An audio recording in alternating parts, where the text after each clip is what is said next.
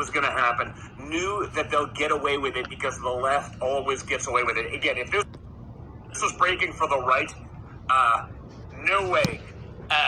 No way. All right. Again, this did not break for the left. We did not need a 6-week running start in spring and summer of this year, of last year, to get people to the polls. The closer it got, if they'd have released this in fucking August, the turnout would have been bigger. If anything, if there was like liberal subterfuge in the fucking SCOTUS, what they would have done is delayed it somehow, find a way to delay the proceedings there so that they couldn't release this until closer to the election, because it would end up being, like I said, more like an October surprise. They'd have had this person, they'd have put him in jail, they'd have given him whatever punishment, the harshest punishment imaginable, like we've seen.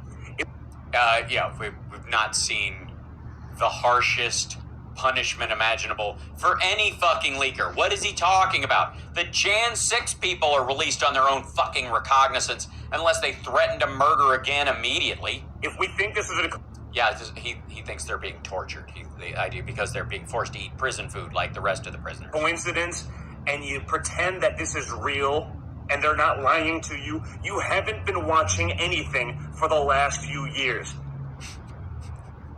You mean during your dad's presidency? I don't believe this even a little bit. Believe what? It's remarkable how they can't get to the bottom of anything when it's motivated by a certain political ideology. Again, where you have to establish that it's that the certain ideology is the left or is Democrats or liberals. If you can't establish that, you can't establish which way they're trying to throw it. When it motivates an entire political base against conservatism, despite all-time disasters coming out of the Democrat Party, whether it be inflationary, whether it be wars, whether it be the economy, etc. Yeah, we are out of Afghanistan. I would just like to say, and there are no American boots on the ground in Ukraine that don't want to be there. I mean, there's some Foreign Legion people and some people who want to be there, but they're not American troops. And again, the other thing is, I hate to keep hammering this, but it would have benefited Democrats if the news came out later, etc., etc. Right? The same way. Yes, gibberish, wackadoodle. Obama magically seemed to know the outcome of Obamacare before it was made public. That's how this happened. The fuck? The outcome of Obamacare? He magically knew the outcome before because he believed it was going to go one way, and they were recognizing by the questions they were being asked, and their lawyers were talking to him like, I think it's going to go this way. They seem to be focused on this one thing. We got over that hump. The other side wasn't able to articulate this. They're covering it up. Covering what up? Covering what up? Ginny? This is sick. Okay, I don't trust any of these people anymore. And he's got such trust issues with Clarence and Robert and Alito. I genuinely believe that they know. It's that I think it was Amy Coney Barrett personally. I think that's. I mean, she didn't vote to keep your dad in office. I'm just saying. Know who it was, but they won't tell us because it would hurt their institutions that they're trying to protect. Okay. Again. Yes. I agreed. Apparently, the conservative side of the court thinks it would be really bad if people knew that Ginny Thomas fucking flapped her lip at lunch with some evangelicals and they went and told everybody. Again, if the leak affected the left, they would have found the culprit in seconds, right? In seconds. Is that a suburb of DC or Seconds? Sunlight is the Seconds, Virginia. It would hurt their institutions that they're trying to protect. Okay? Again, if the leak affected the left, they would have found the culprit in seconds. Right? In seconds. I mean, if you're going to accent a word, maybe that's it's got a very alrighty then kind of a feel. Right? Sunlight is the best disinfectant, But guess what, guys? No, it isn't. I'm just going to say, like peroxide and Bactine, a lot better than just like what's wrong with that big wound? I don't know. Stick it out a window. They're going to keep perpetuating Rub some air these on lies. They're going to keep perpetuating these lies. I don't know what lies he's talking about that they didn't know, or that they did know and they're not. He's starting to lose track. He's looking at his notes. He's reading probably 2 lines above where he was and trying to jump down to his conclusion, and he's kind of painted himself into a corner. I'll never trust anything that comes out of these buildings again, and I've been a skeptic for a long time because I've borne witness to this. I've been attacked by these clowns. He was attacked by Ginny Thomas? Yet another one of those. I don't doubt that. I think she was probably sloshed at a Christmas party and tried to slip him the tongue. Things that magically, all of a sudden, as long as it's, as long as it benefits the left, but they get away with it. They always get away with it. They always get away with it. But never mind my dad's just constant criminality in New York, calling fucking Forbes, pretending to be John Barron, getting himself on the Forbes list when he doesn't deserve to be, when he's broke as fuck. He's faking his name, calling Forbes as his own publicist, saying Trump is super rich, and at the same time telling his own daughter that bums on the street have more money than he does. They keep getting away with it. I will never trust these people ever again. It's like the Epstein client list, right? If your dad's on it. Trump was on that list, it would have leaked, or at least his name would have leaked, and it would have covered up all the Democrats. You know he's not on that list because it didn't. Because it didn't. It didn't. The list didn't. The list refused to, because it didn't leak. Because it didn't. I don't know what it didn't. This is scary stuff. The license to leak. Now they're going to do this. Oh, he wrote license to leak on the paper. This is like watching Greg Gutfeld after he's been testing increasingly poor helmets. They're going to weaponize it, knowing that there's no consequence for them. That'll endanger these decisions. That will sow discord and distrust in our institutions and our government. Dude, you don't trust them anyways. You never did because you say they can't be trusted. What are you going to get? Less trusting than never? Governmental bodies, as if we don't have enough of that after the last few years. And of your dad's presidency? Again, it's not likely to change because they've been able to weaponize it for themselves to protect the Democrat elite and their cronies. Oh, God.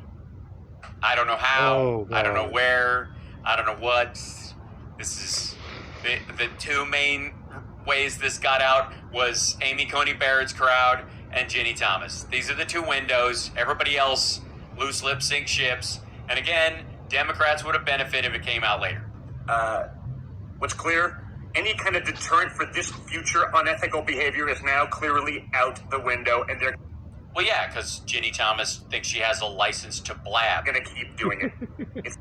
And by they, he means Clarence and Ginny. Absolutely sick. And guess what, guys? If the FBI would have been put in charge, they too wouldn't have found anything, because we've seen what's come out of the FBI in the last few years, and let's not pretend that they've done anything for conservatives, right? Let's not pretend that they haven't done anything for conservatives. I mean, maybe it's just the track record of federal crimes that you guys are committing. I mean, what are they supposed to do? Turn a blind eye to all the pedophiles that were selling child porn or passing it around that were in Trump's campaigns all over the country? Is the FBI supposed to walk past them because it would be a blight on conservatism? There's a double standard, and there's unequal justice under the law. Unequal. Based on your political theology. And ideology. Yeah, the strata, the bedrock. We're driving that point home once again as... Look, he wrote down, drive that point home. And then he read it. There's a double standard, and the double standard is what he's supposed to be saying. He wrote, there's a double standard, there's unequal justice. Drive that point home. Like, really sell that. Somebody, whoever sends him his scripts from the fucking Heritage Foundation or whoever the fuck, they wrote, drive that point home, and then he read it. In equal justice under the law, basic political ideology, and we're driving that home, that so point home, once again, as always. It's sick, and it's sad, and it's gotta stop. It's sick, and it's sad, and it's gotta stop. Well, fucking, your dad has Ginny Thomas's fucking phone number. Why are you bitching at us, you lonely, poorly lit lunatic?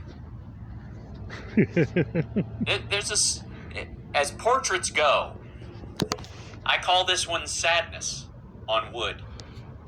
The sadliest sadness of the sad that sad has ever had. He's super sad, and I'm super serious. Why the hell does the chest? You know, he can't write it down. Doors? He reads everything from a teleprompter. I think Spherical Man, I think what they do is they send him a printout, or someone writes Post-its, and that's what he used to do. He used to put them up, and then I think he got sick of me calling him out, so I'm just going to take credit for this shit. Why not? And now he's getting lazier, so he just has the sheet. They send him what he's supposed to say, and he's like, he's so fucking tied to it, and he refuses to actually say anything of merit or do any actual fucking work because he's a lazy third-generation rich kid. So he's got this thing there, and he can't even get through the opening fucking sentence. Sorry, I'm disgusted. Jesus Christ, get a job. You're watching Hal Sparks Mega Worldwide. He posted that. Yeah. John Jr. He's sick, he's disgusted, he's upset. Now, there's a lot to be sick and disgusted about in the conservative world right now. There really is. It's a lot. It's too much for some people. But there are little nuggets that come along, little moments of, what these popcorn moments for you and I, where we get to watch these assholes gnaw each other's ankles. Now, this next clip, I don't know if we're going to get all the way through it because it's 11 minutes and I kind of don't give a fuck, but I think we just need a taste of this. Steven Crowder, if you don't know, is a right-wing shock jock pretending to be a streamer. That he was better. He was born in the wrong time. In the late 80s, he should have been on, radio opposite Man Cow. And now he does politics because that's where the shock is. But all that aside, Candace Owens, on the other side of things, is a miserable, backbiting Hitler apologist who tried to lure Kanye into buying her husband's company and then fucked the whole deal. Never forget, she's the one who talked Kanye into wearing the White Lives Matter shirt that started the whole media tornado that spun him out and lost him $2 billion fucking dollars. Now, Kanye will never, I don't know if he'll ever, without meds, have a way of finding his way to recognizing that fact. But she knows, and her husband knows, and I guarantee they've thought about it. Okay, so, not that I give a fuck, it's hilarious. But this is, Steven Crowder is also the guy who does the, feminism is a cancer, misogynist, whatever, prove me wrong, or, change my mind. The change my mind things. He goes to college campuses, sits up at a little card table with a microphone, and then just has these, street debates with people, hopes they turn into a shouting match because of the sign, and then posts them as how unhinged everyone is. So, the title of this Candace Owens one is Steven Crowder is a Drama Queen. Unlike George Santos is a drag queen, I suppose. But so this is these are two rising young stars in the right-wing schlockosphere, and they're upset with each other over something.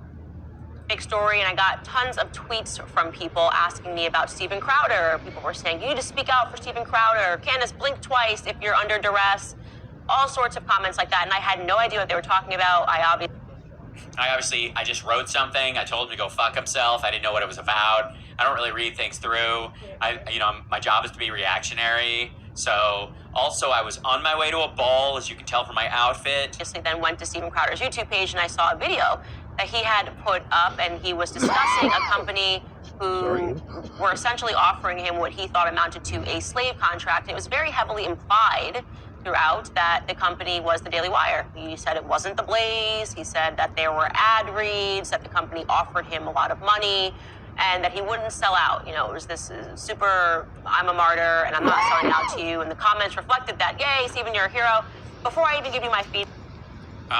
Full disclosure, I did sign that same contract, and here I am sitting in a room by myself at some rando studio on the Upper West Side or something, and the only thing I was able to get out of the contract is that I have to be able to dress in Melania's decisions. Feedback. Let's just hear Stephen in his own words. Big Tech is in bed with Big Con. The people you thought. Big Con. The people I thought. Big Techer is in bed with Big Con. Big Conservative? Or, I don't know. By the way, Stephen Crowder, I'd like to say for the record, he's got a gun on his desk right here. Most days, because they're sponsored by Walther PPKs or whatever the shit, he wears an actual holster with a gun in it. Possibly because while he considers his co-hosts and Tech's friends, one of them might lose their shit and try to murder him at some point, so he has to be ready at any time to shoot one of his own employees. We're fighting for you. A lot of it has been a big con. Now, I'm specifically avoiding naming names or going after individuals in this video because I genuinely hope that those I'm addressing, and you know who you are, have a change of heart. Don't sign these contracts. I now know what you are signing out there. I have the luxury of not having to. Let me go through this. If any. Okay, so, and she's doing these cuts. She's tightening this stuff up and jumping around, so she's taking out any context that he says. And the reason she knows it's the Daily Wire is because she signed that contract. And also, the Daily Wire is scooping up the other talkers.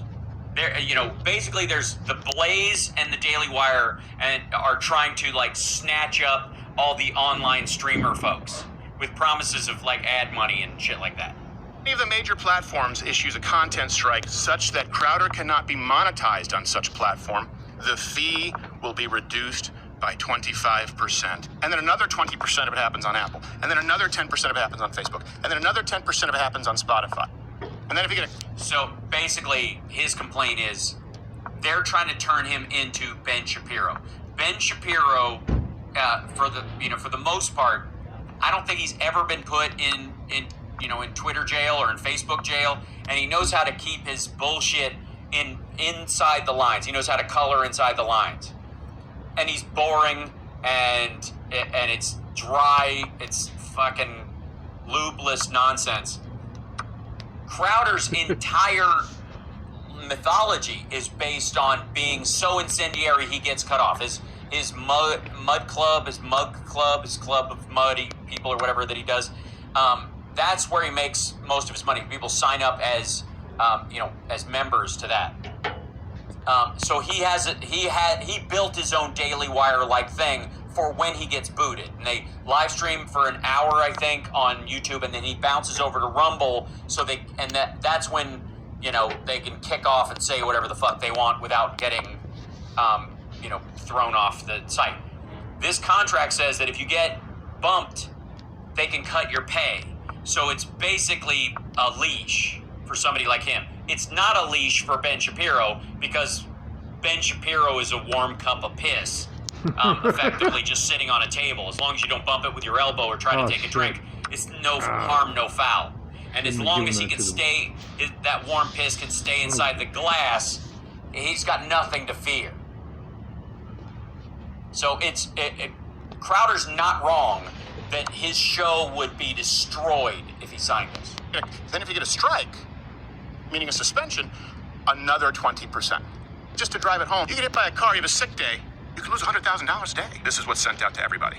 All right, so we got the gist of this. It is a super predatory contract, and like I said, he never explicitly said a Daily Wire, but it was very clear that he was talking about Daily Wire because how many organizations do you know are big enough to offer him, Stephen Crowder, what he should or around the range of what he should be paid? And also, is that a copy of her contract? And she's like, motherfucker, I signed this? Does ad reads. Obviously, it's not going to be Fox News. It's not going to be PragerU, their 501c3, or Turning Point USA. And first of all, it could be a new contract for a streaming service from fucking, what's the Sinclair Media. Sinclair Media is branching out into streaming services. It could very well be them. Of course, it's the caller.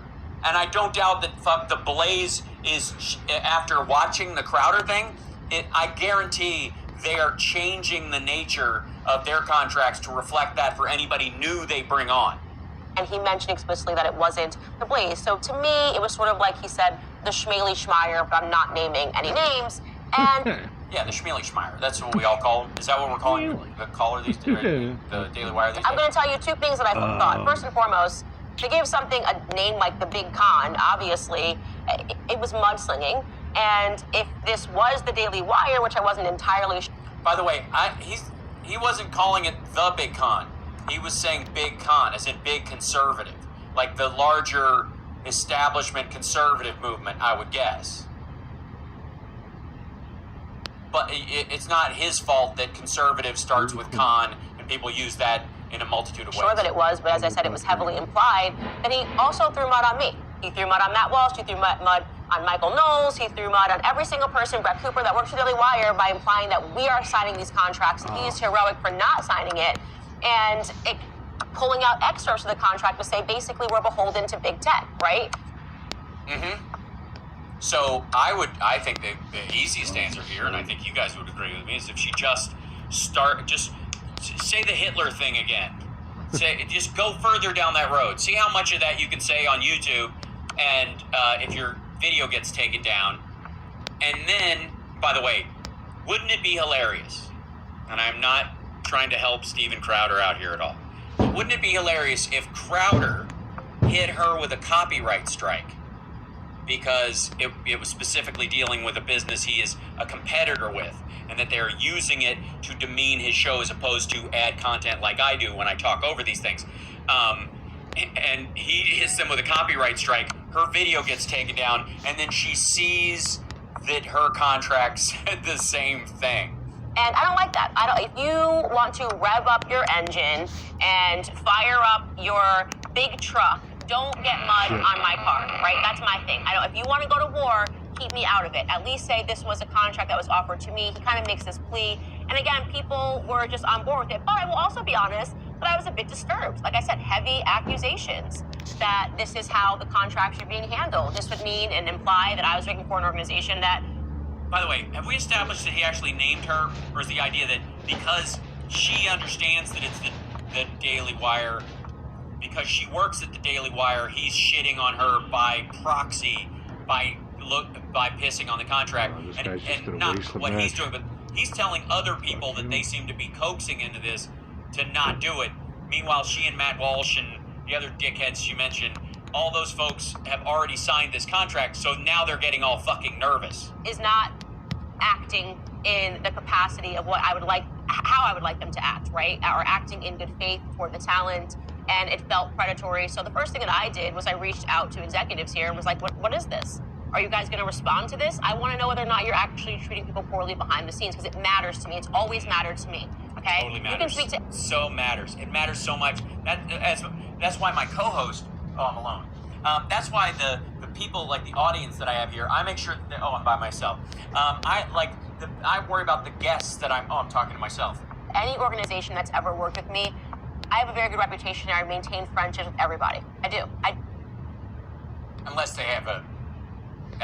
they really feel like Hitler was a dick, in which case they probably have left with a bad taste in their mouth. I don't personally know Steven Crowder. To be honest, the first time I ever had any correspondence with him, he was a bit of a dick to me. By the way, you can always count on Candace Owens to shit talk other conservatives kind of at random. I'm just saying, it's kind of a nice thing. Like if she gets her tail stepped on at all, she will go after these assholes. And by the way, you and I, we kind of don't care. This is just prurient silliness. I'm just watching this happen. Well, take it. By the way, this is supposed to be when the Republicans took over Congress after the red wave, and the right wing especially were firing on all cylinders. It's time to take fucking Biden to the fucking bank. It's gonna happen. And then this shit. It's so nice. Do you have enough popcorn? You want to go pop some more? Can I give you a break? You won't miss anything.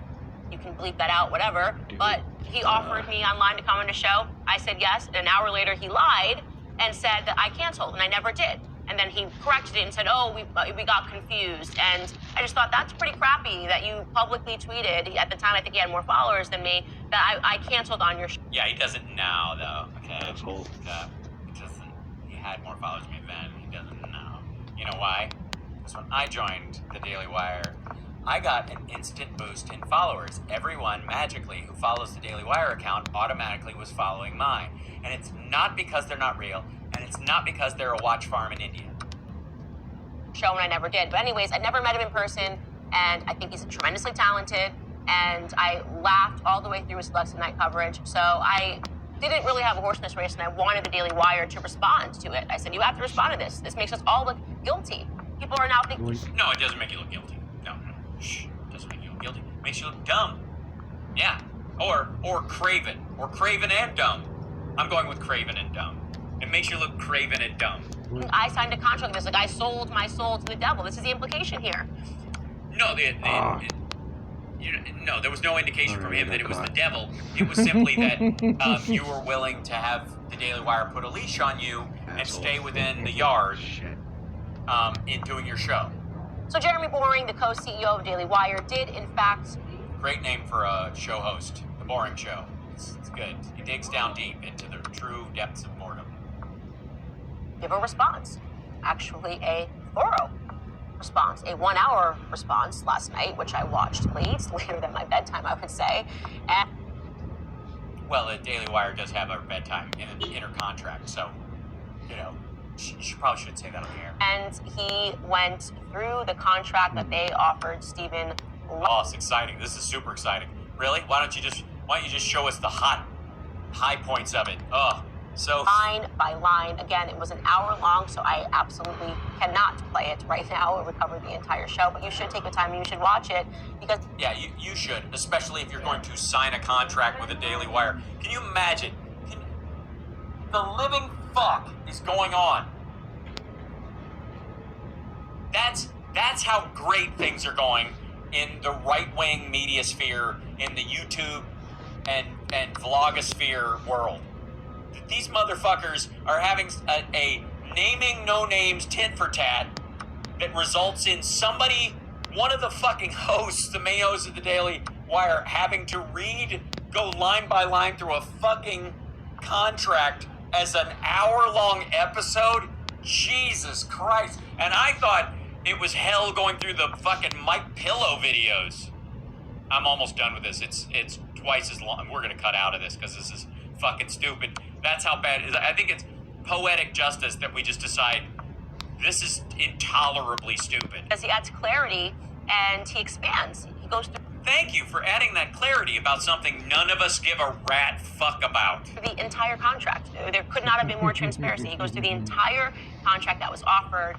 Great. So, that to her, not the one to Crowder, because he makes way too much money, so they would have to give him a bigger contract and put more limitations on it. And if anybody else buys into it,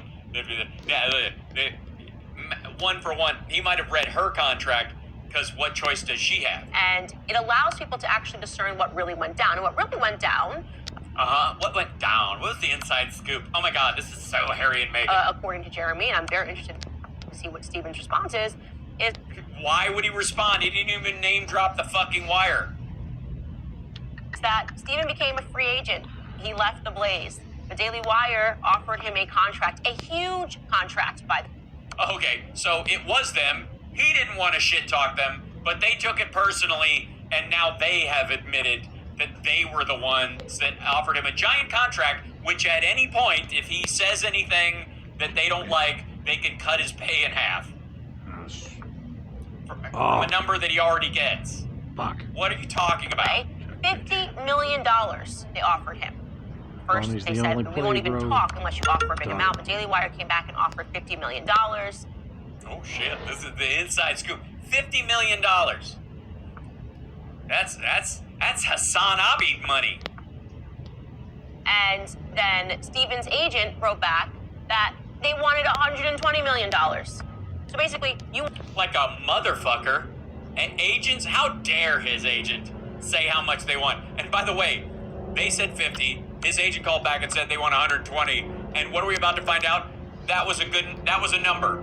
And they sent him a contract over. wanted $120 million over the span of 4 years, which, by the way, pretty unrelatable. Okay, this was last year. I think like he deserved. By the way, I think it was a kind of piss off number more than likely. But Jeremy said this all went down in September of last year. Oh my God, this is such a fresh wound. Are you okay? And then Jeremy went back and said that there was no way that they could afford that. Months passed, and I don't know, Steven Crowder, New Year, New Me, popped up in January and was like, actually, it's New Year, it's New Me, and F you, Daily Wire. I'm not okay with the fact that you even offered me this contract in the first place. By the way, it was a term sheet, not a contract, okay?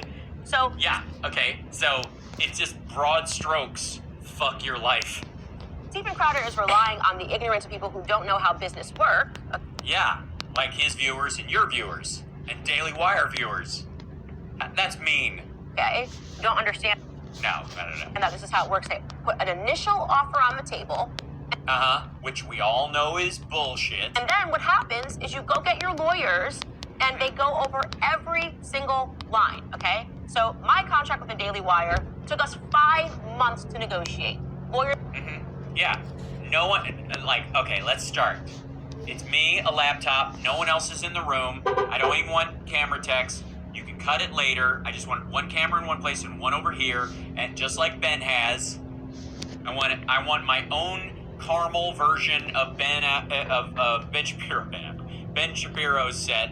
And then I want to come in, kind of slapdash, throw something together. 3 minutes I must hold a pen so it looks like I was writing something. I'm not feeling and I need to be able to shit talk my fellow Republicans and praise Hitler every so often. Slow. Cha-ching, done. Here's going over every single line. They got me a term sheet. I said, no way to this. Again, I did it again. Here's what I'm saying. They say, no way to this. And then I say, no, and you go back. Are all of your lawyers on either side 3 years old? Back and forth, and this is just business negotiations. It's nothing personal, okay? And it kind of is, though, isn't it? Of course, if I did not believe in something that I was signing or I thought it was disadvantageous, we talk it out, and they explain their logic, and I explain my logic and what my fears are. This is totally normal in the capacity of contracts. Yeah, fuck you. This is fucking. I'm not watching anymore. This is horseshit. 11. That dude did an hour. She did fucking 11 minutes just on this. Jesus Christ. What a mess. The Daily Wire is a fucking dump. Thanks for shining a light, Candace Owens, on what a career death trap that shithole is. And how gullible and childish your attorneys are and their attorneys are, and how, like, Steven Crowder gets to have a broken clock moment, and one of his two, and it happens to be not joining the Daily Wire because it's a dump run by toddlers who post videos shit talking their own. Oh God, can you imagine if Stephanie Miller and Randy Rhoads were at it, reading each other's contracts on the air? Jesus Christ. It would be sad if it wasn't so funny. Good luck. I wish you well in your new business endeavors over at the Daily Wire. Oh my God. They have $50 million to throw in a fire? Yeah, well, no. He would bring an audience with him, and they know it. He's got a huge crowd, and they know they would make something. They could make something of it. By the way, at that number, even at the 50 mil point with the Daily Wire, he would be making more. Pretty sure he would be making more than Tucker, which is, I think, the purpose of the number. but you're also doing a lot more show. Tucker rolls in, he makes $9 a year or something like that, and then they give him extra money for the Fox Nation shit, and they pay for the production and fly him all over the place, so it's like a perk thing as opposed to an actual paycheck. Yeah, the next Joe Rogan, exactly. So he can be bought and put in a corner and fade into the background of where he's literally on people's podcasts promoting his podcast because Spotify bought it, and now it's, its reach is started to collapse. Now, speaking of collapse, ladies and gentlemen, I give you our favorite stunt man for the Little Rascals in his early years, Sean O'Hannity, who is, in this one, he's talking about, it looks like, he's talking about Davos and the World Economic Forum and all that shit. They're a standard group of boogeymen because there's, somebody might want to try and produce less toxins in our environment, and they might feel very strongly about it, as the activist class tends to. And this, of course, is an affront and makes the people who don't give a raging fuck give a raging fuck about how no one respects that they don't give a raging fuck. And here's Sean Hannity. Do better, peasants. By the way, Rich Dude does not hang out with the viewership, just like Tucker. I mean, these guys who live in their isolated little fucking castles and work in New York City while shit talking the entire city all the time. It's just dumb. Big news about Joe Biden's garage. As you all know by now, this is where classified documents were discovered. Well, it was discovered in 4 places, one of the 4 places, just laying around nearby. By the way, they keep pointing out these boxes as if those are the ones. There is no evidence nor any suggestion that they are, and that any of them qualify as top secret or are not declassified currently because of time. They're no longer time sensitive because they're almost a decade old. Biden's Corvette right there. Apparently they have been there for years, but Joe is... Yes, and none of that stuff has been moved. Not worried at all. Doesn't think it's a big deal at all. Take a look. We're fully cooperating, looking forward to getting this resolved quickly. I think you're going to find there's nothing there. I have no regrets. I'm following what the lawyers have told me they want me to do. It's exactly what we're doing. There's no there. Yep. Somebody's been watching my show. Somebody there. No, there is no there. Notice how that sometimes I say stuff and then a few weeks later it floats up. I'm not going to be too QAnon about this, but for fuck's sake. And then they're going back to the January 12th thing about the garage being locked. It's not like he left him on the street. By the way, no sign that Anna de Rothschild ever came to the Wilmington house or the Penn Center for that matter. No regrets, no there. That's not what he said about Donald Trump. Last week, Biden said... Yeah, that's because Donald Trump fought for a year to keep shit he didn't have any right to have, lied about classified documents, then delivered some classified documents, said he didn't have any more classified documents, defied a subpoena, and they saw security video of him having people move stuff out of that room, and then he still lied about having classified documents, and they still found some more. Gotta find my, and they didn't even raid Trump Tower and Bedminster, even though what happened there? His own lawyers said we didn't find anything, which is, by the way, the same thing that Biden's lawyers did. They did a sweep, but Biden's lawyers, when they found something, said they found something, turned it over immediately, and continued looking to make sure there's nothing else. Took days. Were obviously like a couple of months. They were going through stuff on the regular. Trump's people just went, "We look, there's nothing there." They also said that before the subpoena and after the subpoena. That this is all much ado about nothing because, quote, the documents and the Corvette are in a locked garage, except, of course, when it wasn't locked, which seems like happened on a regular basis. Here's, by the way, Hunter Biden out taking the car for a joyride with his niece and another young woman who is yet to be identified. Well, it is a blurry shot, so... Hunter clearly had access to the garage and every other room in the... Or the car. ...house because he lived there. Now, keep in mind, Hunter's entire career was based on... And it's weird. So Hunter had access to that stuff. And the whole time he's there, he never thought to check the garage for classified documents that he could sell to pay for his habit. None of that stuff came up. None of the things that was in it, like, is tracked back to, remember this thing that happened? That was because this document was it. Yeah. None of that. That's, by the way, that's why why Biden's going, there's no there there. And they'll hammer this because he lived there for a time, and that'll be the whole thing. On selling access to his father to sketchy foreign nationals. No. Bob Alinsky was doing that, your best friend. From countries, a lot of whom hate our guts. Well, they do now because of how Biden's treating them. I mean, he gives them, they give Biden $1 billion fucking dollars, and he treats them like this? I'd be pissed too. So obviously, Hunter's proximity to easy access to classified material is a little bit more than concerning. Hunter is not the only person that had access to Biden's Delaware mansion, even though Joe... Yeah, Jill is very suspect. ...spends almost every weekend there conducting official business, and we have no idea who visits the home. White House claiming there's no log of anybody that comes, anybody that goes. Let me just tell you... From the days before, I think. Hold on, or the years before when he was not vice president. Hold on a second. The Hill. White House Council. No visitor logs. Yeah, here we go. But no visitor logs for Biden Delaware. Okay, here we go. Do we think that means now, or do we think that means while he was not in office? Let's see. White House says no visitor logs exist for the president's private residence near Wilmington, Delaware, classified.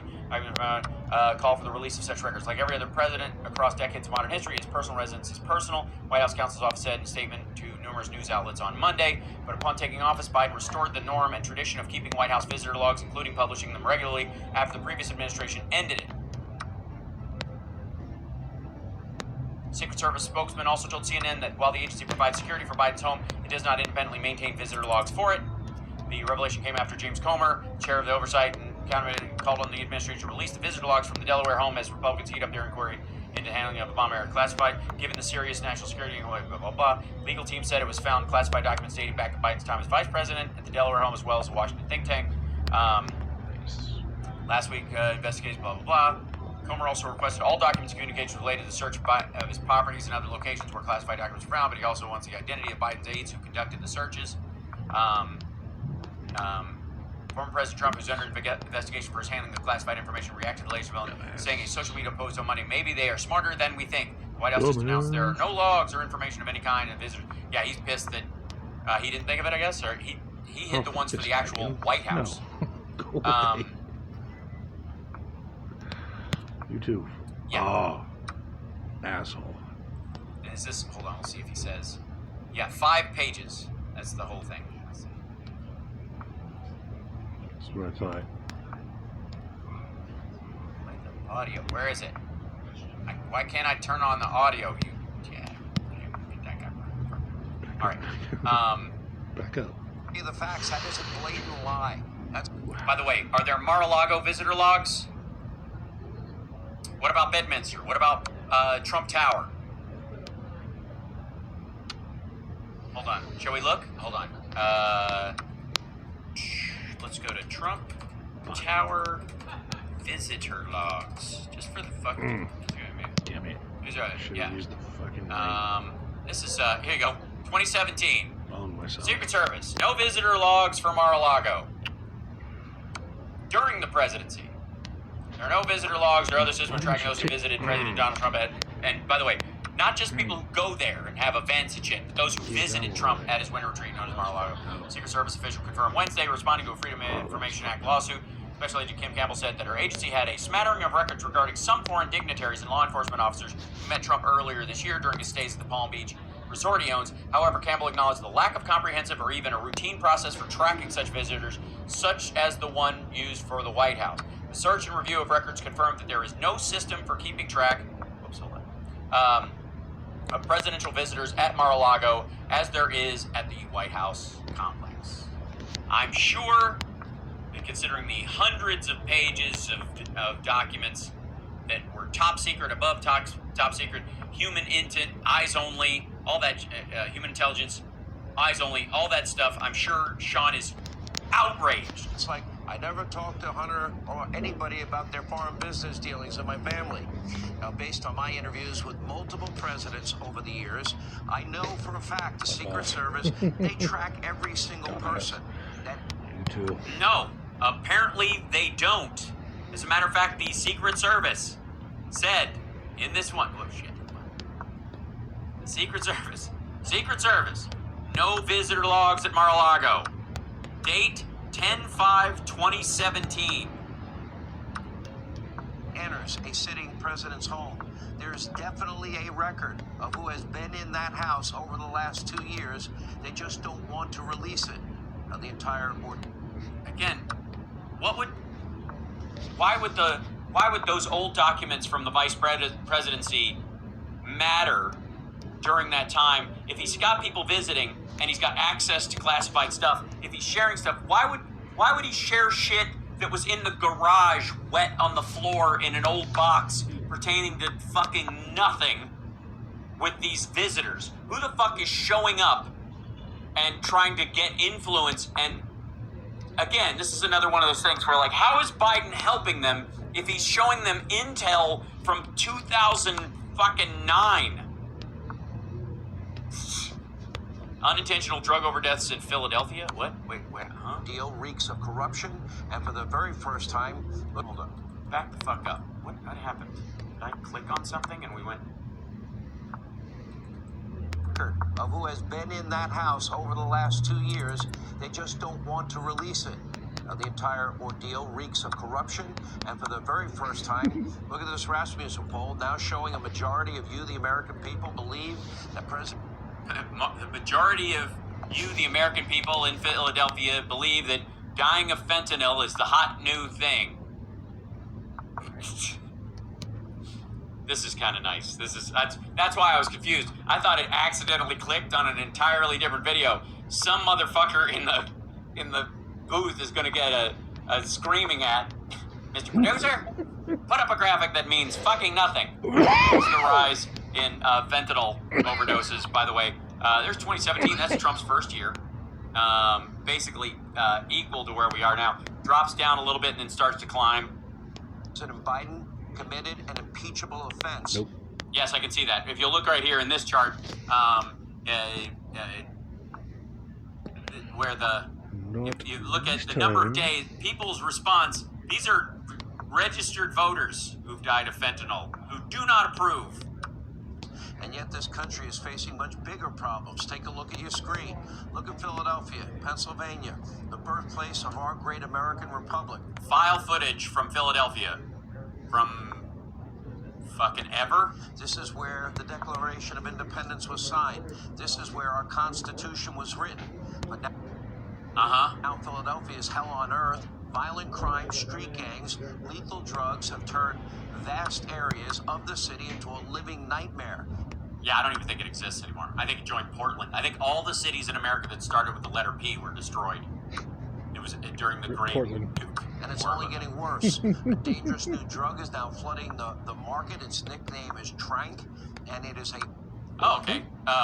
Who introduced you? Have you tried it? Does it have a gritty aftertaste? Horse sedative, believe it or not. I believe it. I believe horse sedatives. People would inject horse sedatives. You fuckers put horse dewormer in yourself. That dealers are mixing with fentanyl, and the results are downright gruesome. It is causing gaping, festering wounds in addicts and leaving some unable to walk. Already, Philadelphia's overdose. Yes, thank God other drugs never make it difficult for people to walk, like alcohol.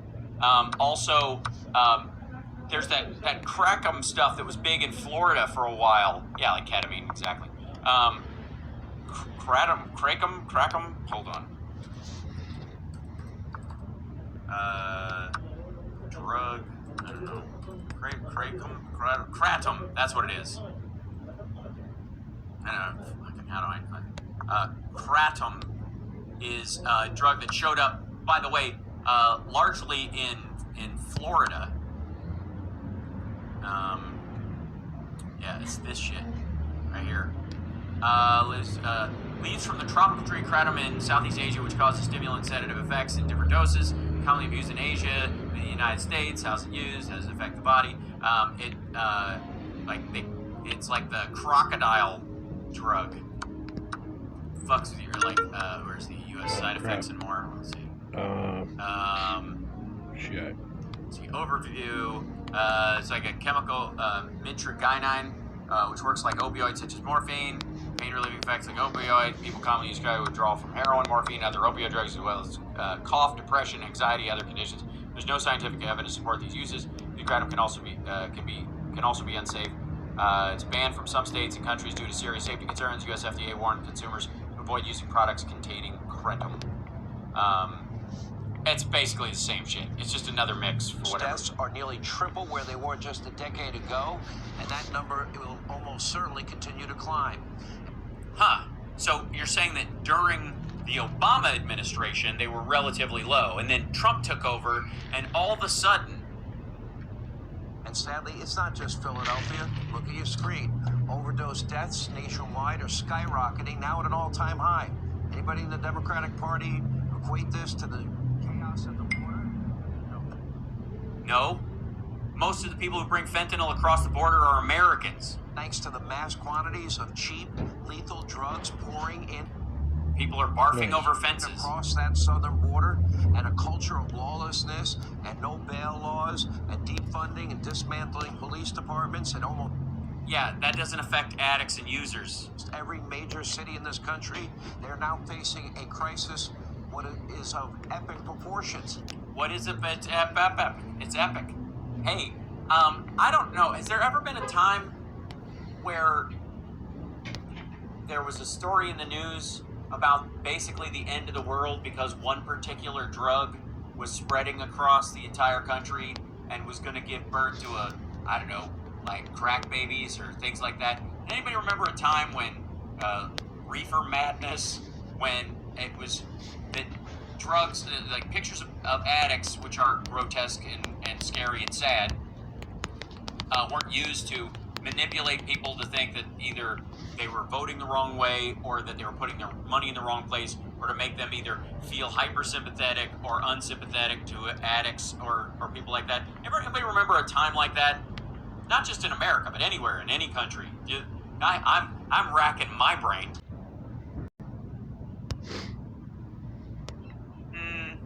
Then why are seizures of fentanyl up to a record amount at the border? Why are they? Because it's not like more is coming across. Last time you saw a prominent Democrat walk the streets of West Baltimore. Maxine Waters doesn't even live in her own congressional district in Los Angeles. Why? Because maybe it's too dangerous? By the way, if you'll notice, a lot of these say file.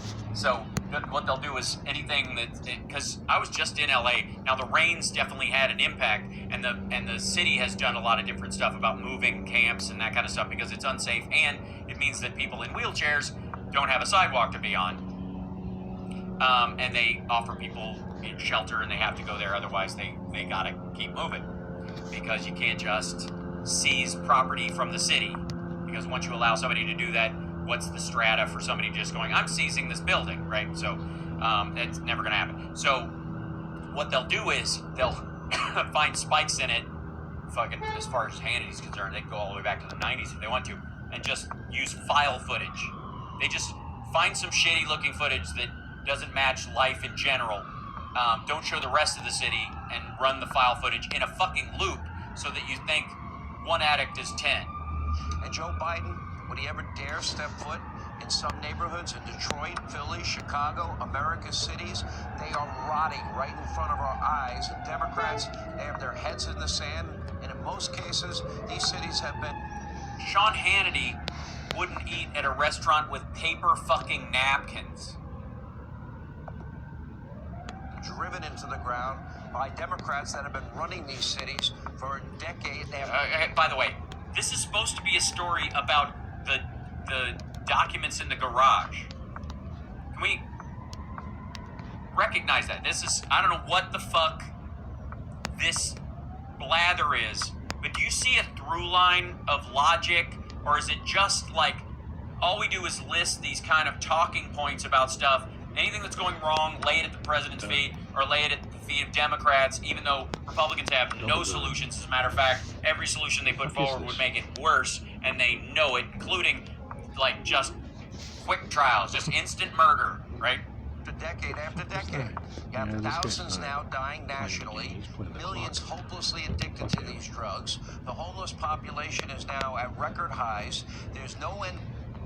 The population is at record highs. Are you telling me that we have so many homeless people, and we have more homeless people than we did in the early 1900s? In sight, there's no effective solutions, there's no local leadership, and yet the San Francisco file, Hannity exclusive, Philadelphia. Passionate, bleeding heart. That we saw this footage before. Notice he's looping. Left is rewarding them by. And by the way, if it was as bad as he says, why not a live shot? Why do you even need file stuff at all? Why do you need somebody to go out and basically hunt for addicts or people, sleeping on the street or whatever, and just stack that footage and then run it on a loop? Why would you need that if it was as bad as he says? Why would you? Yeah. Meanwhile, this is supposed to be a segment about Joe Biden's garage. By giving the Democrats their vote every single election. Yeah, the addicts always vote Democrat when they vote, especially the dead ones who died of fentanyl. Philadelphia's not had a Republican mayor since 1948. I wouldn't expect one anytime soon. There you go. See, we're back at the top. He's running the same loop. This is the second shot that was there. Maybe, just maybe, it's time for a change. Hey, Sean. That guy. So this started out as a clip about maybe Hunter Biden was giving people access to documents he didn't know were in the garage that are 8 years old, and morphed into Philadelphia needs a Republican mayor.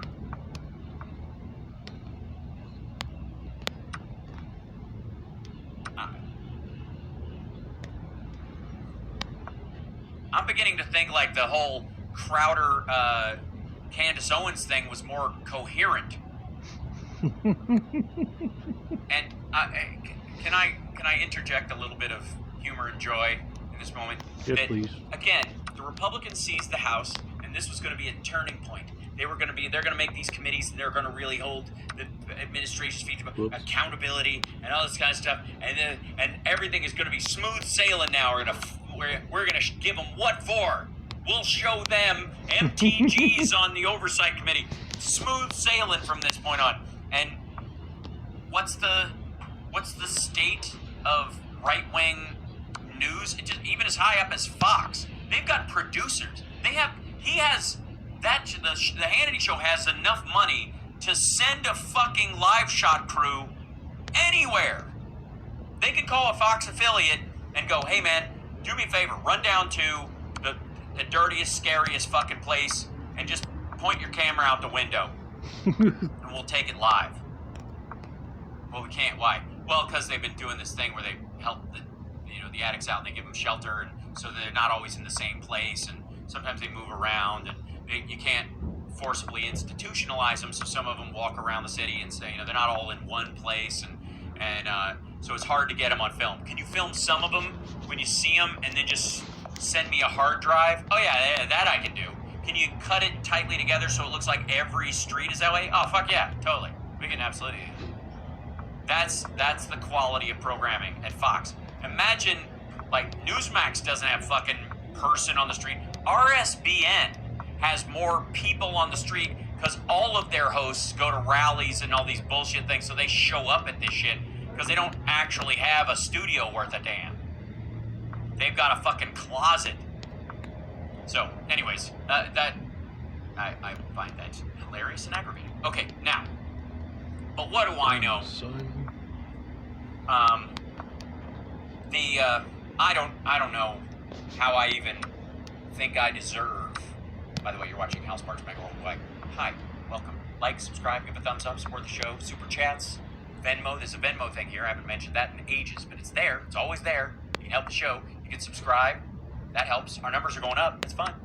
If you like the show, Just a thumbs up is cool. Subscribe and help us out, help us grow. Thank you, patrons. Patreon.com/HalSparks. You guys are our rock, and I appreciate it. Now, I don't even know how I deserve to even question Sean Hannity or any people at Fox News. Because what do I know about masculinity? I got long hair. I do rock band stuff. I work out. I have a garage full of tools. But it's all just pretend. It's all just me wanting to be a man that I'll never be. And it's because as a Democrat, obviously I'm engaged in some sort of war on manliness, manny man things. Yes, I also have cats. That also probably does it. You're right. So, obviously, how can I even hope to compete with masculine ideals, the buff of the buff, like Ben Shapiro and Tucker Carlson and even Bill Maher? They're using a clip of Bill on Newsmax. This is from Prime News. I feel like it's the Chuck roast, but whatever. This is supposedly Prime, so this has got to be the Aces shit, not this crap that Greg Kelly spits out every night. Oh no, this is Prime News. And apparently, according to this video, the left is at war with masculinity. That's right. We don't like masculine shit. It's and we hate America, which is why my house is full of Captain America stuff, because he's yeah. By the way, I got this at Disneyland. It's a pen. It's the weirdest thing. His legs. It's a pen. It's so very odd, but it stands up. Like you can set it on, and it actually stands. I was like, all right, that's cool. So I have a pen in case I need one. Anyways, yes. And tanning nuts, I red light therapy, I will admit to that. And I am, let's just say semi-nude when it happens. Because the thing's only this tall, so I can't get everything. So I just kind of lower it to kind of show my V-taper, which I've been working on. Anyways, this is, I have a Captain America mask. Very cool. And many of you know that I'm a big fan of that. But we'll talk about that another time. But how dare I? How dare I even bring it? What the fuck do I know about masculinity with my, rainbow everything and my eyeshadow and my gay friends and whatever else it's supposed to not be masculine that they freak out about. Anyways, let's see. Let's see if Captain Masculinity, a man who I think is skinny just because he hates food, largely. I'm pretty sure he's still vegan or vegetarian, but I never one of those guys where there's never been a Bill Maher Men's Health cover that wasn't about like comedy, I suppose. Let's find out. Trying to get at the root cause. Why are men in such crisis? The young men aren't attaching to work. They aren't attaching to women. They aren't attaching to schools. We are producing too many of the most dangerous person in society. By the way, that isn't because masculinity doesn't exist or whatever. It's because it's unbridled and untethered to anything of worth. Like this asshole. My belief is masculinity is about corralling your testosterone and making it useful as opposed to damaging. You cannot avoid it.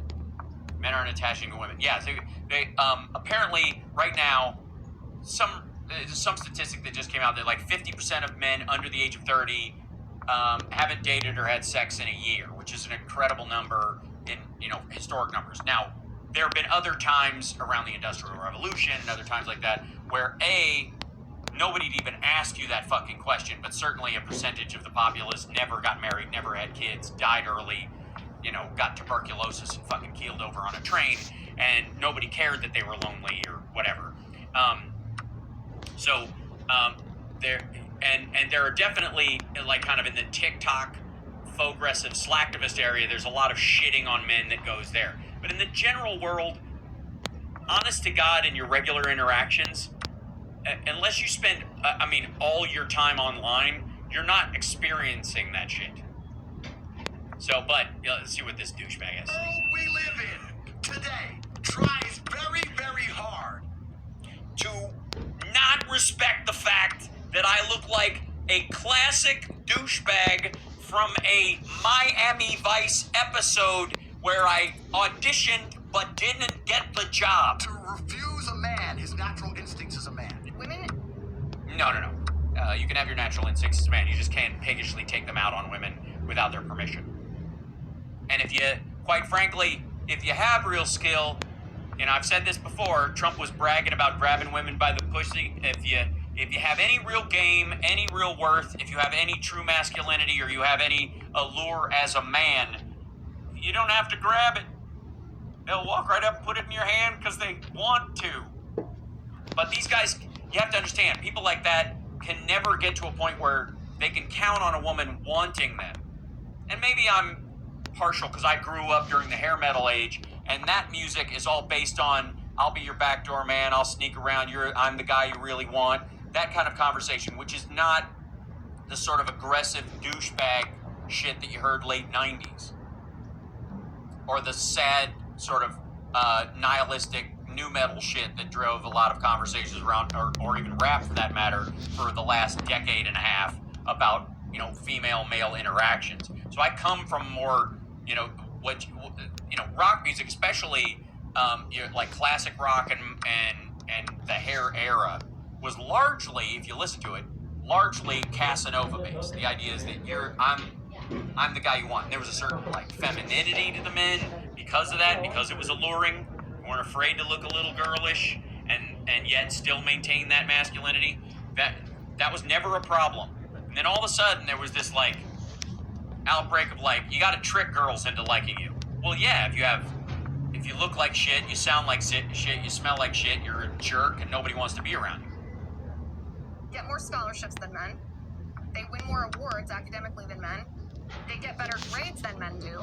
Women are more likely to get into college. They're more likely to graduate from college. They earn more bachelor's degree. They earn more graduate degree, advanced degrees. Our education system is actually structured so that women are more successful than men. How disgusting.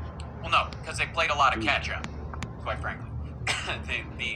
the college system was very leaned very heavily towards attracting males because they would make more money over time and blah blah. Now, as women can make equal amounts of money, since the late 80s, there's been a trend towards attracting more women to campus, and they stay longer. Men tend to go 4 years, women tend to go 6 and 8 sometimes. So as a college, you're going to attract the person that's going to stay the longest. It is not some sort of, again, they always attribute this shit to some sort of deep state Illuminati fucking nonsense, when in reality, it's just, who's your customer, how do you keep the hooks in? Disgusting that we live in this self-care, self-love. Girl, you're a queen. Time out. Pour yourself a glass of rosé and take a bubble bath and run away from your problems culture. As soon as you say Saw it that a fucking man should have coming, too. value in himself, high value in himself, you are promoting violent misogyny and sexism.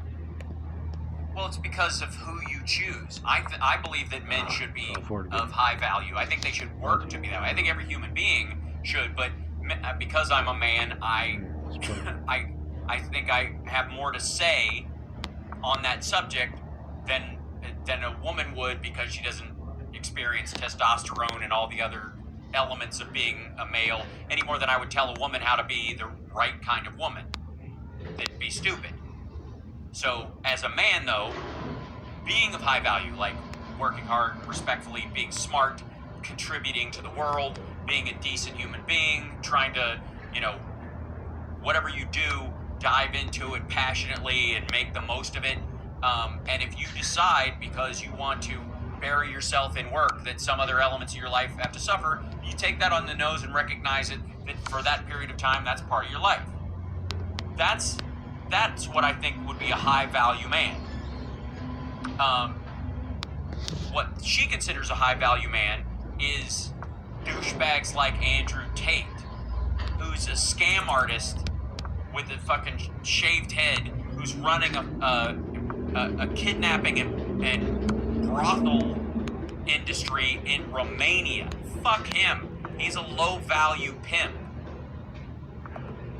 Topping tonight's prime news, the death of masculinity and the complex, urgent crisis that nobody's talking about.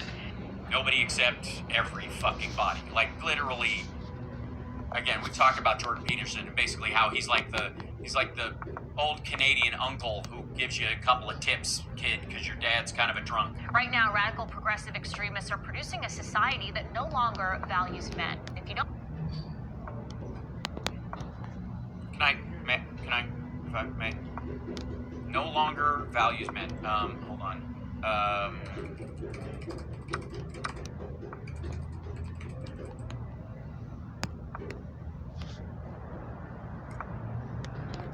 Yeah, when is this? Let's see, hold on. This schedule. Where is it? This is the monster truck jam that's happening.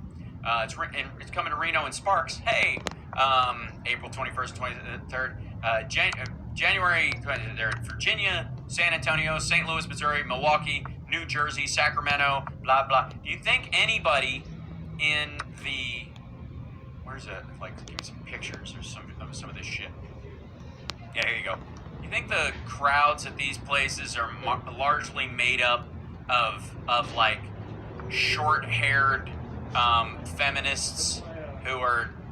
The place is fucking packed. And there's not a single person there who thinks they're not allowed to eat meat, chop wood, get a fucking job doing construction or whatever the fuck. The existence of Harry Styles, if your masculinity is so fucking fragile that you can't stand the existence of someone like Harry Styles or fucking David Bowie or something like that, that's not masculinity's problem, and it's certainly not a societal thing. You're fucking weak. That's, I don't know how else to put it. All these assholes are like, I want to be a real man, and then when this stuff happens, like, hey, I'm not allowed to be me, I don't know, like, just do it. Show your masculinity, and if you're being shamed for it, you're not being shamed for being masculine, you're being shamed because you're a fucking dick. Oh, God, it's so tiresome. And also, I will say for the record, I'm not into Harry's music, and I think we're kind of related because of the last name Styles in somewhere, but straight guys borrowing women's clothing for the sort of like, look how much of an ally I am and that kind of stuff, it does seem to be like the borrowed victimhood of transgenderism. Like that the transgender people have enough to deal with, and you're wearing their shit like a costume. They're really dealing with where their life is, and you're like, yeah, I can wear this when I want to, and when I don't, fuck it.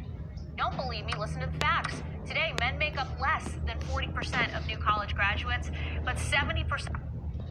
Yeah, what do the vocational jobs look like? And also, college is not where you go to be a manly man necessarily. These are intellectual pursuits.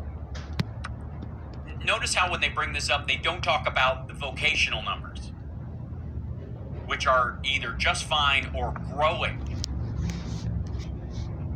Of drug. Also, most people, like coders especially, people who are coding or developing tech and stuff, don't most of the time end up going to college for it. They end up going to fucking DeVry. They end up going to like tech colleges or vocational tech schools like DeVry, and they don't go to college for that because they don't have to, or they get a job. they get a certificate in one of those places, and then they go work in IT for a long time. Overdose deaths and 80% of gun violence deaths are... That's always true. Men are always the higher numbers. ...are men, and the suicide rates among men are startling. One man dies by suicide every 13 minutes in America. That's 80% of overall suicides. For every female death by suicide, there are 4 more men taking their own lives. Right. That's almost always been the case. Something needs to change. American men have been left out to dry, and nothing good will come of this. Well, we'll be drier, I think. I'm not damp at all. I just want you guys to know that. I don't want you to worry on my behalf. We've been left into damp. Folks, the political left is struggling to offer a positive vision of masculinity. I think I do just fine. I would recommend becoming a Mason if you're a guy. Meet some other men. Be a dude. Learn to be a gentleman. It's kind of cool. Progressives champion gender confusion. They want to normalize men wearing dresses instead of a man opening up a... Excuse me, Braveheart did that a long time ago, and if I want to wear a kilt, fuck off. Door for a woman. Leftists are making an act... No, they aren't. Like, honest to God. This has been a talking point since since the National Organization for Women started, since the ERA was first introduced. This whole, like, you can't even open a door for chicks, blah, blah, blah, blah. That's never been the fucking case. I can open the door for fucking anybody. I've never had, ever. And I've met tens of thousands, hundreds of thousands of people. Have I opened a door for someone and they're going, excuse me, I get the fucking door myself, okay? Like, who does that? Faux accounts online bitch about that shit. What are you talking about? Effort to grow the number of transgender surgeries, which, by the way, is poised. Why would you need an active effort to grow the number of transgender surgeries? You would want as many as there need to be because people are transgender and no more. I think it would grow it to the number so that everyone who is transgendered has access to the medical services they would need. But you're not trying to, like, hey, have you ever thought about cutting your dick off for no particular reason? You ever thought, wouldn't it be, have you ever thought that women have it easy, so maybe you could try to be a chick? Like, nobody fucking does that. This is the new version of the gay agenda. Remember the fucking gay agenda? Holy shit, for years. Oh my God, the gay agenda. And then you're like, you know, my point about the gay agenda is that if someone is holding someone underwater, and that person is fighting to not be drowned, the person who is in the process of being drowned does not have an agenda. They are just trying to get their head above water. Is to become a $5 billion industry by the end of the decade. Worldwide.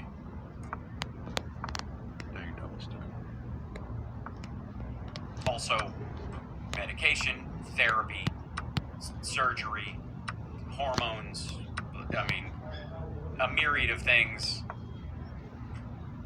We have a $26 trillion economy. Don't talk in billions and have me fucking expect me to clutch the pearls I don't wear because I'm a fucking man. Rather than encourage young men to provide for their families.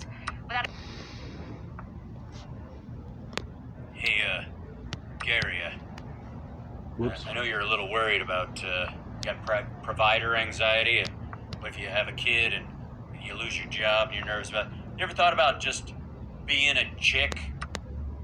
Apparently you can. Jesus Christ. At a clear positive vision of masculinity, male voters are abandoning the Democratic Party at historically high rates, leaving men, nearly half of the American population, tied to everything the mainstream media deems abhorrent and indefensible. The left thinks men are such as the root of all problems. No, men are not the root of all problems. As a matter of fact, we were just talking about Ginny Thomas and Candace Owens a few moments ago. Well, I, for one, I'm here to stand up for the men in America.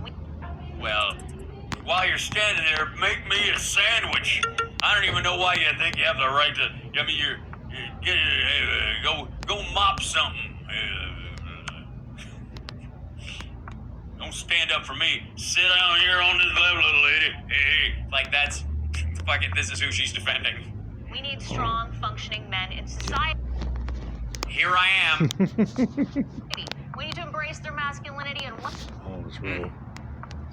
I do my best. I really do. I always wear jeans. Apparently, you guys think that helps. I work out. Not as much lately because I've been sick. But, you know, I'm not one of those pitiful men who gets in bed and whines and says, take care of me when he's sick. I just want to be left alone like a cat. Just stay in the other room. You're not seeing me at my best. What they have to offer. Now let me be clear. I'd tell you what I got to offer. Come on now. Here you go. Make me a peanut butter jelly sandwich and get me a beer. All right. Clear, not every man is going to be 6'6" and a bodybuilder. They're not all Carl Higbees out there, and that's okay. It's not a... Thank you. Thanks for... I feel better. I was worried there for a second. 5'9", $165, fully clothed, soaking wet. but I'm tight. About that. I'm not here to tear anyone down who isn't the You kind of are, though. most macho guy in the room. But Well, of course not. Everybody at Newsmax, especially Greg Kelly, would be all pissed off and grumpy and wouldn't look you in the eye in the hallway. I'm also not going Not that they have the... They nut up and do it now. to tear down someone who embodies physical and emotional strength, because if we let masculinity die at the hands of the woke mob, this is what we will end up with. Quick little pronoun update. So after a several days long gender crisis, I am pretty certain I use they, he pronouns. Huh? And yeah, I just want to let you know I am still trans femme. I am still on HRT. I am not detransitioning or anything. Just my gender is a complete nightmare. Okay, there is a transgender crisis that is happening, especially when people start taking hormones. That's been spreading all over the country. There's a big blowback on that kind of thing. People like that on TikTok are people who bought into something and thought that their own either autistic traits or their own emotional problems were related to their gender expression when they were absolutely not, and that they were chasing some sort of style point. That happens in the real world. That has nothing to do with the current state of masculinity. Nothing. Or femininity, for that matter. Damn. No one is taking cues off of people who don't have any cues to give. Freak. Good Lord. We know Democrats don't seem to know what a woman is these days, but Gravity does players, though. No, there's a couple things. One, the primary description is an adult human female. That's fine. A woman can also be a female who exudes the best traits of being female. So she's a woman, as opposed to a girl or a chick or a hoe or whatever any other second, which are categorizations of behavioral stereotypes around certain kinds of females, or I suppose males if you're using overlapping language. It just doesn't mean that's the only thing it can mean. Favorite designer? Is that so hard? Is that hard? Everybody okay? you won't even remember. How'd this become a Democrat thing? Because they're having a masculinity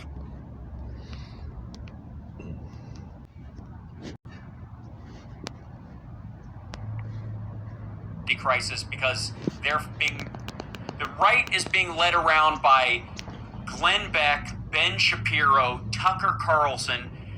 Like, they're all a bunch of fucking weenies, and they have a real hard time figuring, and Trump, who's a fucking wuss. And so they have this, like Rogan's their one, like, he's all buff. Like, that's the one person they can kind of hang on to. But the problem is, he's an outlier. There's nothing particularly masculine about Alex Jones. He's a bloat. Matt Walsh, another example. Like, he looks like any kind of college campus wuss who would run from a fight that you'd see anywhere. So all the idea that he's on the right and somehow that makes him more masculine is just stupid. This is a here's what I really think. I'm telling you what I really think, but I'm forming the idea here is that I think in some ways the right is having such an identity crisis about the men that have been leading them, from Ted Cruz and Lindsey Graham to fucking Santos and Trump and all that none of them exemplify these masculine qualities they're talking about, even as providers for their own fucking families, quite frankly. None of them really stand out in those ways. I mean, they're, certainly not long-form Christian, marry one woman, stay with her, have some kids, death do us part, those kind of things. Like, they've abandoned and jettisoned all that shit. So they really do have an issue on their side of the aisle with what masculinity, the ideal that they have, the limited version of what it is, and the actual crop of men that they're falsely attributing these characteristics to, or that they were wishing were different. And unfortunately, on the Democratic side, we kind of don't give that big a shit. People are who they are. And because, heteronormative society is built on the fact that the vast majority of people are heterosexual, and that's how people procreate, and that's just how it is. We're all born this way, whatever this way is, and the vast majority of people, because of how population works and how genetic extension works, are straight, or are some version of straight, that that on the Democratic side, you got a bunch of like Eric Swalwells and Michael Fanones and quite frankly, they used to have Schwarzenegger, and now they consider him at best a rhino, if not a full-on Democrat. So they're losing that crowd, and they don't know. This is not about Democrats. This isn't about Harry Styles. This isn't even about transgender people. This is about their own mismatch with this ideal that they've set up in their own way, and the shit they're having to. They want a bronze statue, and they've just got a pile of turds to make it out of. This is about them. This is about their issue amongst themselves. They're seeing their own men weaken and become just kind of lazy, I guess. Remember what a man is? That is the underlying question Tristan Justice of the Federalist tackles in his latest piece, Tristan? You think a guy named Tristan Justice is having issues with his name not sounding buff enough? Honest to God, considering he's a Republican. Masculinity isn't toxic, our erasure of it is. In the article, Justice writes, those who wrote off masculinity as toxic never truly understood the concept. Not like Tristan does. Adding, quote, when you lose sight of what it means to be a man, what it means to look like a man, act like a man, and live like a man, you de facto lose the values that form the foundation of healthy masculinity. But our culture doesn't even know what a man is. Okay, by the way, this is the Federalist. You and I don't read the Federalist. The Federalist isn't written for the rest of the public. The Federalist is written for Republicans to read. He'll use a title that sounds like it's about the left to draw people into reading this. But in reality, if you look at the breakdown of this, this is the issue. This is their problem. They're looking at Ted Cruz, and they're looking at Lindsey Graham, and they're looking at fucking Matt Gaetz and Donald Trump and going, what a fucking pathetic crop of I wouldn't even call them like unmasculine. At some point, they're just male passing for masculine. This is their problem. This is their freak out. This isn't about, again, whether fucking pop artists dress in women's clothes occasionally, which has fucking happened forever. Like, they're still, what are they still freaking out about? Iggy Pop's eyeshadow on Letterman? That Twisted Sister was wearing lingerie? The Poison album coming out? David Bowie? Get fucked. Again, I grew up and as a huge Kiss fan. You guys know this. And I have always been a Paul Stanley fan. Like, of the band, I mean, I loved all the characters, you know, that they did. The Star Child, the Spaceman, the Demon, and the Catman, like that kind of stuff. I loved that as a kid. But I always was, in some way, the same way people are liked Robert Plant or Jim Morrison or something. This kind of like, you know, toying with feminine energy, but still maintaining your masculinity. And for fuck's sake, let me show you something. Hold on.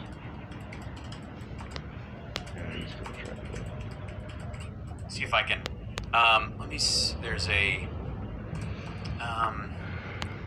Yeah. There was a photo shoot from Hotter Than Hell that I remember seeing when I was a kid. Here it is. So this is.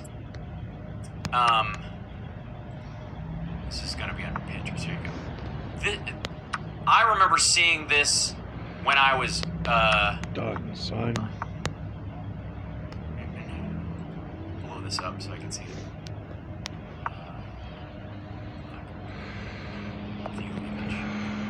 Okay. So this is a photo shoot that Kiss did. There's a little bit of nudity peeking through, but most people are turned away or she's covered up or whatever. Here's Paul down here. Here's Ace. Drunk. There's Gene up in the back. Where the fuck is Peter? Is he drinking? Is he? I'm not even sure he's in the shot. Where the fuck did he go? I think he's behind her. Anyway, see this naked lady who's got silver face paint on her, like she's been making out with Ace, and then they had to remake him up. Paul right here. This is Paul. There's Peter. He's way up in the corner. Look at this. He's way up here. I don't know what the fuck he's doing. But I remember very distinctly as a kid seeing this photo, and with all of Paul's femininity that was prevalent. Oh, they're selling shirts and tops. There you go. See this, like the whole his red lipstick and eyeliner and all that kind of stuff, and very feminine accentuation of his bone structure and all that kind of stuff, and obviously long hair and its association with femininity and blah blah blah. Whatever. Jesus had long hair too. Fuck around. But anyways, I remember seeing this photo shoot when I was a kid, and this was in so many ways like an example of the openness of male sexuality that and I gotta tell you, it worked. Like when I was a kid, partly seeing Paul Stanley being sort of this feminine icon in many ways with the red lipstick and the star and all that kind of stuff, his outfits, and always being surrounded by beautiful women. As a kid, I was like, as a young man forming my sexuality, this was all, I was all, let me see. Basically what it said to me was, as long as you're attractive to the kind of woman you want, how that attractiveness comes about is in and of itself part of being masculine.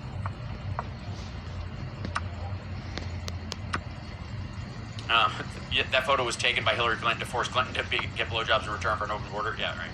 Poison was basically doing full drag, and the ladies would go nuts for them. Exactly, Timmy. And I would like to say that the first Poison album is the best punk record of the 80s, because what is punk but totally an affront to the current value system and freaking everyone out? And those fucking guys, they looked like women at the time, and that freaked out everybody. You can spit on people and be all gross and whatever you consider punk to be, but those guys, they were fucking dead serious and just full on. Look what the cat dragged in that album. So anyways, the point is that you see all these, the ridiculousness that went on.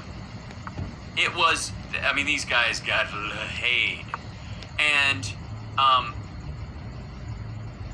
so I never had this corralled version of what sexuality, it had to fit some sort of butch douchebag version of some country musician who also, I don't know, whatever the fuck version of masculinity that these assholes are selling, that they're so trapped in that I think it becomes toxic, because it's almost like the kind of masculinity you do when you're with and around men and you're jockeying in a competitive way with each other, but doing that with women, which doesn't work.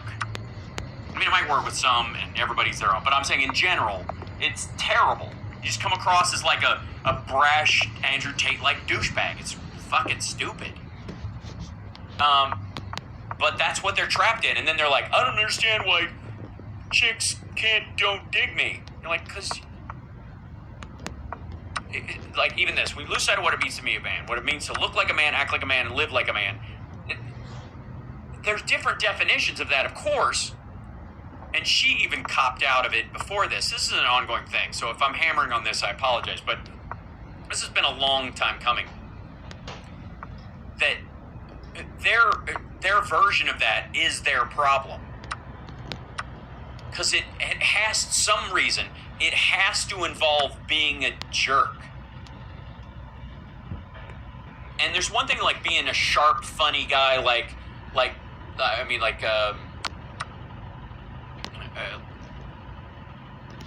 Robert Downey Jr. in Iron Man, that kind of stuff, being sharp and witty and a little bit cutting, cocky, but not at anyone's expense, and just being an asshole because it scares women into thinking, oh my God, he's tough, so I'll be with him.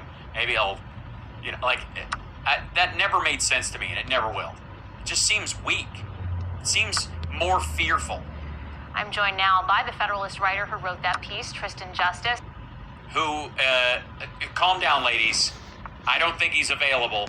And, besides, you couldn't handle it anyways. The amount of beefcake happening here. And by the way, if your definition is of living in your mom's basement using Wayfair L-shaped desks that you got from a going out of business sale, and wearing Donald Trump's tie because daddy might look your way. Cool. Along with Terry Schilling, president of the American Principles Project and Newsmax contributor. So far, she's the most masculine person we've seen.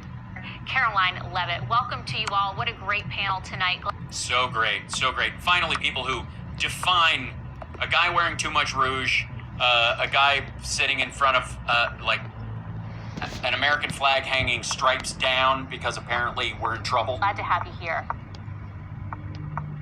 Thank you so much for having us.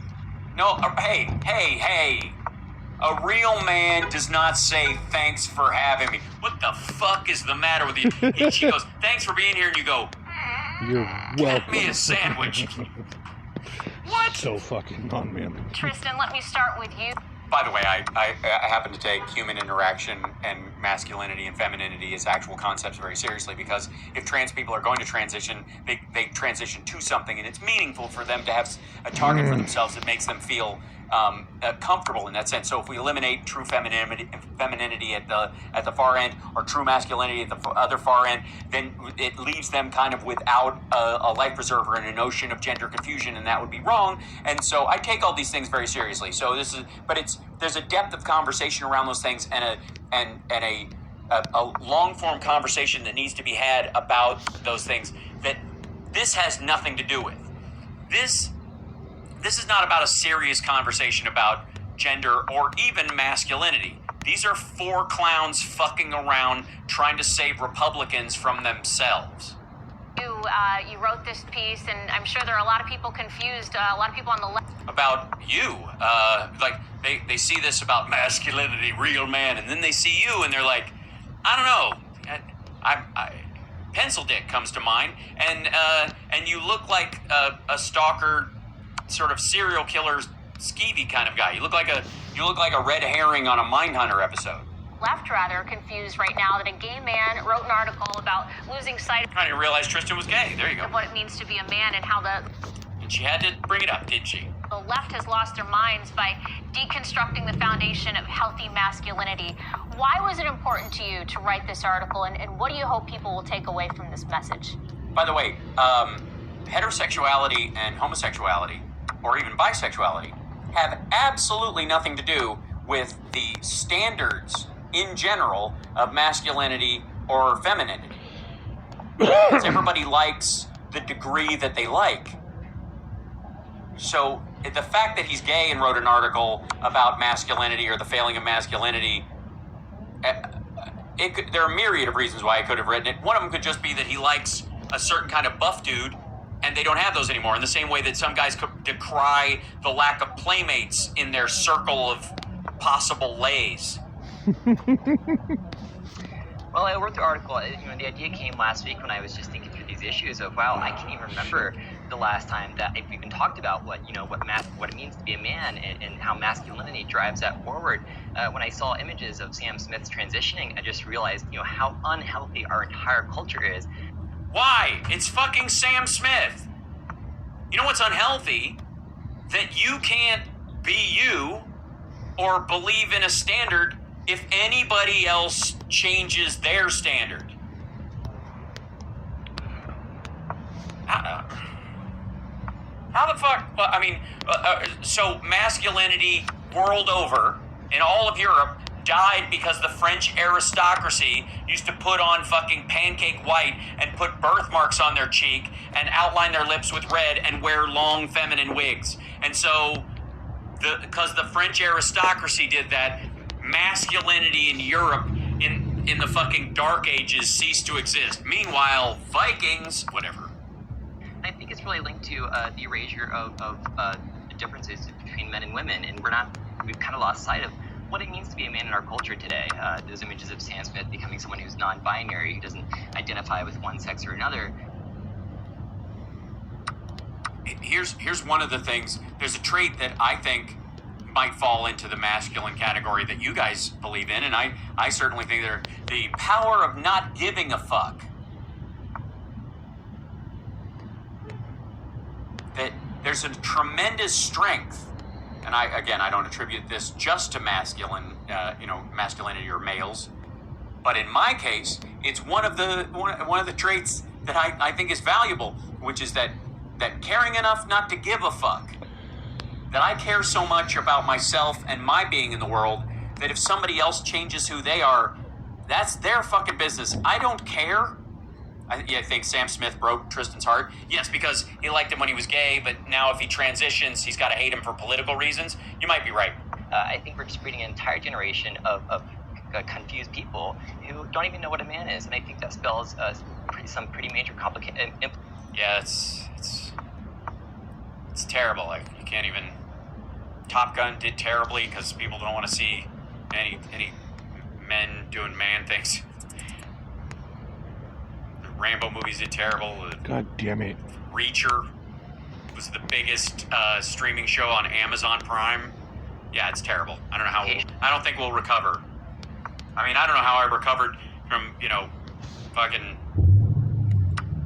Here's a shot of Kiss with Vampira, and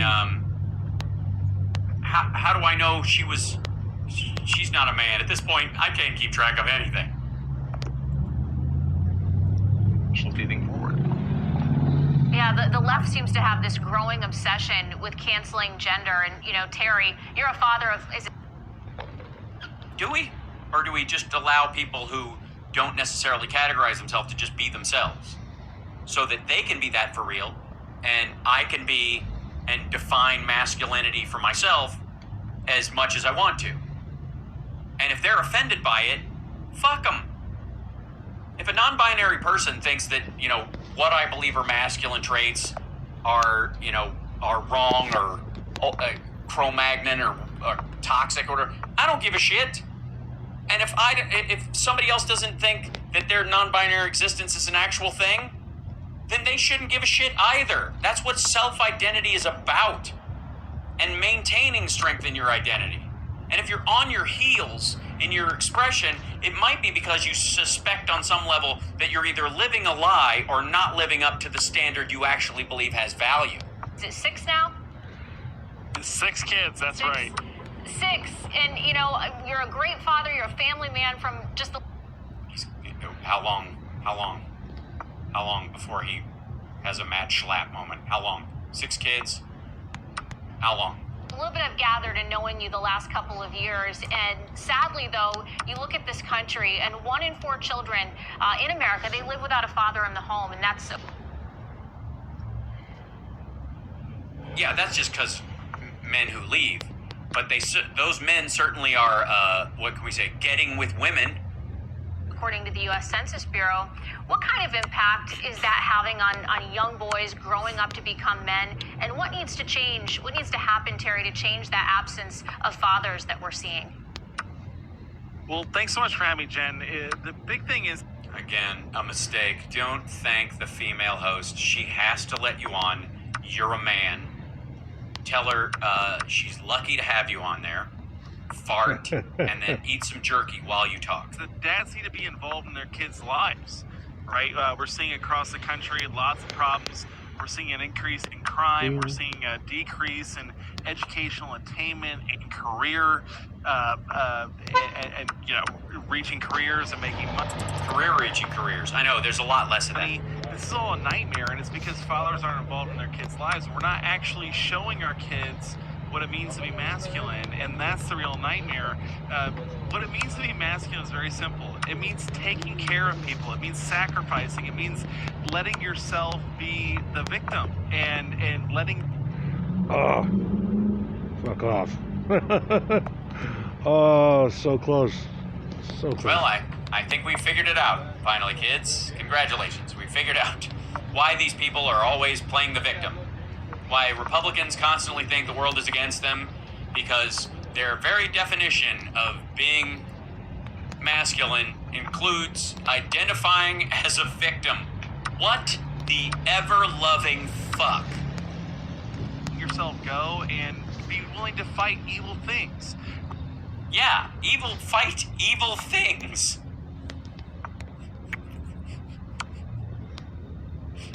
I don't know what he's talking about either. I honestly don't at this point.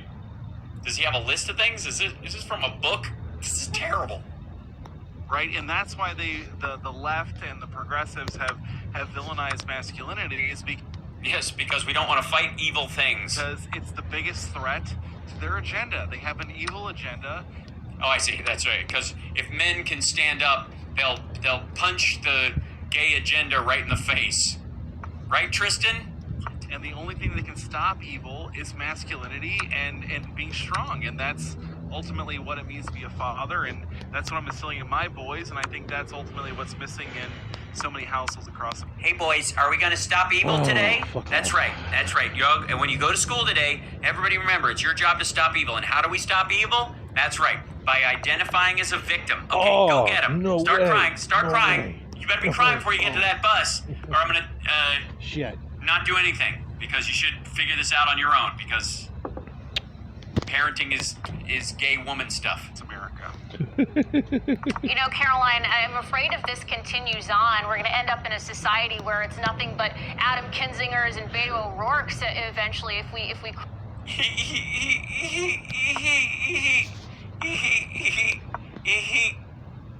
Yummy. crush this masculinity. And I don't want to live in a society where men are afraid to open the door for a woman or ask for a phone number politely. Yeah, that's not how the world is right now. Do we need manliness for a healthy republic and strong society? Of course we do, and I'd like to applaud Tristan for speaking truth to power on this issue. Speaking truth to power? The fuck are you talking about? He wrote an article in the Federalist. Has anyone called the Federalist to see if they learned their fucking lesson? Your article was very well written and enlightening, and if anyone hasn't read it, I would Yes, and it really resonated with her. Yeah, as a man. encourage them to. But as a young, unmarried woman, this... All right, why are you even allowed to talk? Where's this?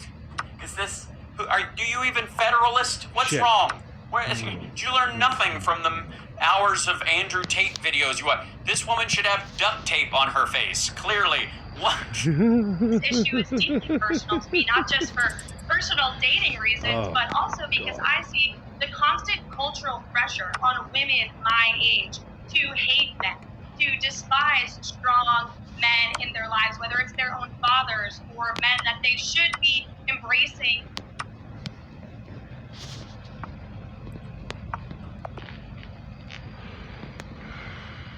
Is this? Is part of being man being spray tan from the neck down, but wearing clown white on your entire head? And dating, women are taught, again, to hate men, and they are taught not to be mothers and to embrace our feminine roles, our traditional feminine roles in society. So if we don't stop... Brad Pitt wearing a skirt, aka kilt, who gives a shit? This now, we're gonna... By the way, at a certain point, you think Brad Pitt's just like run out of fashion things to show off? He's fucking Brad Pitt at this point. They're like, oh my god, this is terrible. Brad Pitt's, he's wearing his skirt, you can see his legs, you want to lick him.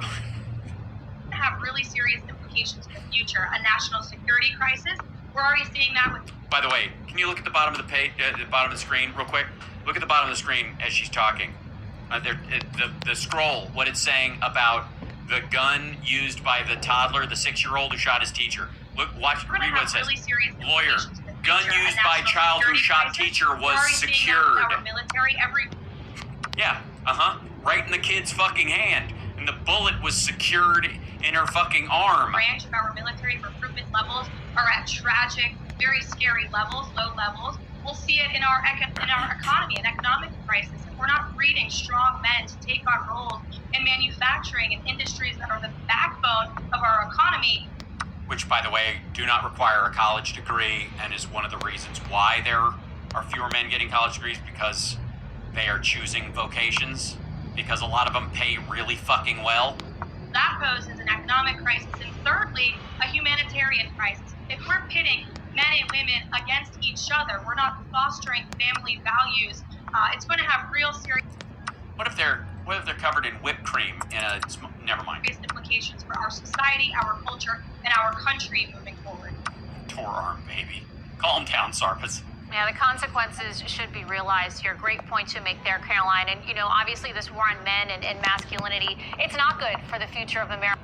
By the way, I think it's very important to note that there is one straight male, allegedly, in this panel on masculinity on Newsmax. If this panel was on MSNBC, that would be a talking point.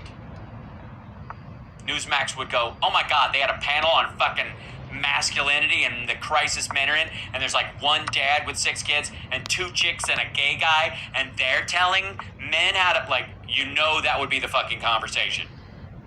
Yeah, it's a dumb argument too. This is stupid. By the way, this is happening. This segment is being posted by them during a time when allegedly, anyways, the Republicans control the House, and it's smooth sailing for Trump into the White House in a couple of years.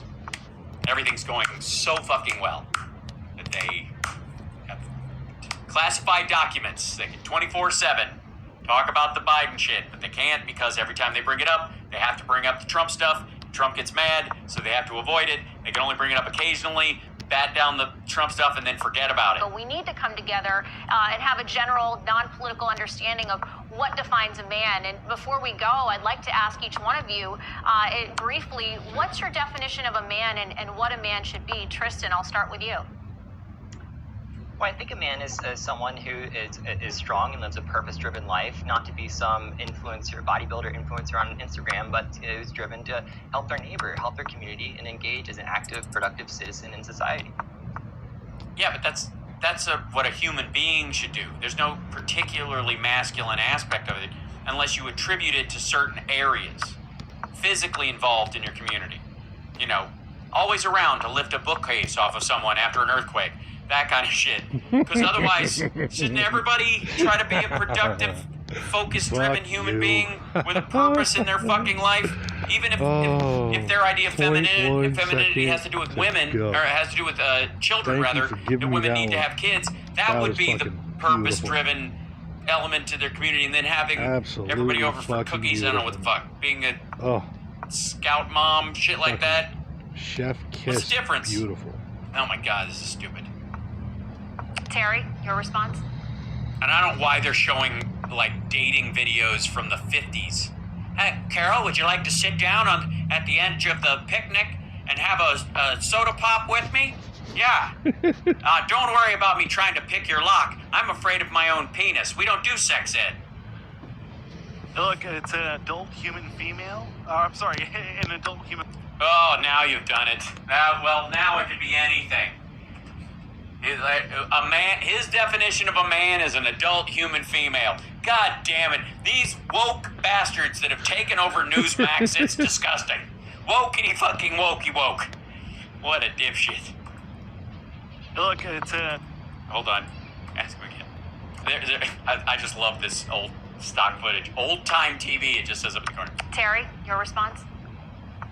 Look, it's an adult human female. I'm sorry, an adult human male. Who protects his family, who protects his society, who serves his community, who dies to himself, and serve. Dies to himself? Dives? Society, who serves his community, who dies to himself, and who dies to himself, and serves, is willing to sacrifice for the greater good. So a servant. Okay, so men are servants. I see. So they should take jobs in the service industry, I suppose. Maybe waiters. What's the best way that they can serve or whatever? Maybe short order cooks. Maybe they could, I don't know. Anywhere they could carry a tray. This is fucking stupid. Please, by the way, everybody in the chat room, please don't for a second take this seriously. If we weren't looking at it, it's like a tree falling in the forest. It doesn't make a noise. This is so stupid. Real man frosts his tips. I agree. What tips are we talking about? I don't care. All right. Now, Caroline, we have to... Caroline, tell us what a man is from a lady who doesn't have one yet. Of course, get the female perspective. What is a man, and... Didn't he just give the female perspective? I mean, was that a Freudian slip? What does... Was Lindsey Graham not available? A woman want to see in a man? I love the question. It's crazy we even have to talk about this on a news segment, but... First of all, people have been asking the question, what does a woman want in a man, or what does a man want in a woman? I mean, there are entire magazines dedicated to that fucking thing. For my whole goddamn life, they've been talking about this shit. A man is someone who stands up for his Teen Beat 1985, does your boyfriend have macho? Exactly. family, provides for those that he loves, and contributes to his community. I read in Tristan's article. What kind of commie bullshit is this? Shit. What if he doesn't fucking want to? Great example, helping an elderly woman with her groceries, helping a neighbor or a friend. If you know what I mean. And putting yourself before, or putting others before. Where the fuck have you been? What?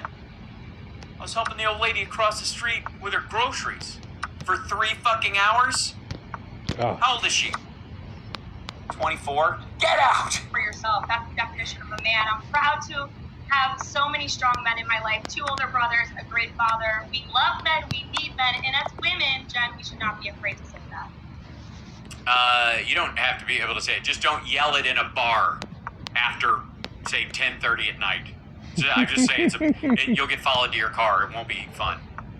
Amen to that. Tristan, Terry, and Caroline, what a great panel tonight. It's a terrible panel. This is fucking awful. This is just dumb. The fact that this conversation, what is a man? Jesus Christ. And again, they couldn't even define it. They had multiple versions of it. Most of it didn't even have anything to do with masculine traits at all. I mean, for fuck's sake, wide shoulders, a tapered waist, the ability to lift something heavy, knowing how to cook and kill something if necessary, being willing to go downstairs when there's a funky noise, when the rest of the family can stay upstairs while you do it. The ability to fight if need be, and the wisdom to not do it unless it's necessary. There's 100 different ways I would attribute that, yeah. The ability to eat 5 eggs in one sitting. Drinking raw eggs. There you go.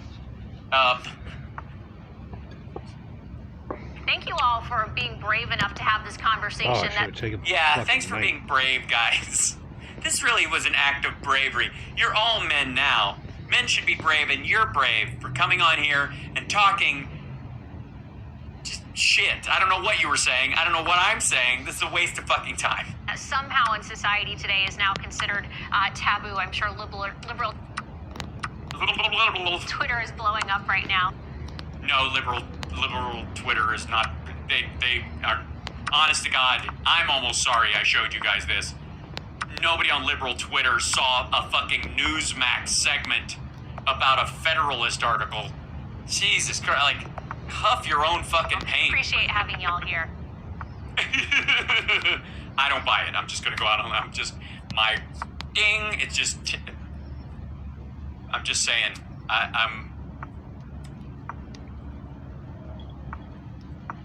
They couldn't have Tyrese on just to embarrass everyone with being with his wrestling belt and his no mustache beard shit. This is so embarrassing. That's a constant conversation. And again, I would like to remind everybody that when you see these conversations happening, we'll end on this because I got to go and eat something, and then meet, and then I got to get up in the morning and do radio, and then I got a show tomorrow night because Nerd Halen tomorrow night at the M. It's going to be very exciting, so I got to stop talking. That said, if someone defines their femininity or their masculinity based on traits that you disagree with or you think are too limited or old-fashioned or whatever, the simple answer to your feeling about it is fuck you, mind your own business, and go about the process of displaying the traits that best represent your idea. Because I got news for you. You do it whether you think you do or not. all the dudes on that panel with his smarmy Devin Nunes smile, and the guy who would like bench press a fucking paper clip but is lecturing everybody else about masculinity, those guys are both exemplifying their version of masculinity. Not the one they're talking about, not the one that they're proselytizing or selling, but the one that they actually embody. And no one can dodge that. If you allow yourself to be yourself, you will be the example of masculinity or femininity in your life that you're present with, that's real. And you can have an ideal that you have not reached in a category like masculinity or femininity, or even intellectual versus physical, or wherever your priorities lie in your own humanity as a philosophy. You are currently exemplifying those traits. As a man, more than likely, gay or straight or otherwise, you are defining masculinity for everyone around you through your behavior.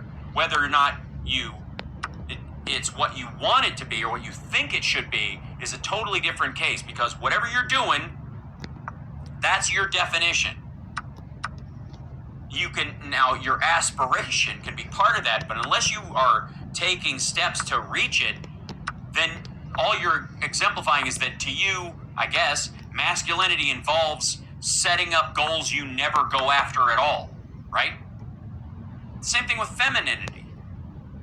If femininity means to you everything that men used to do, women can do now, there are those who will interpret it that you view femininity as more weak than men do.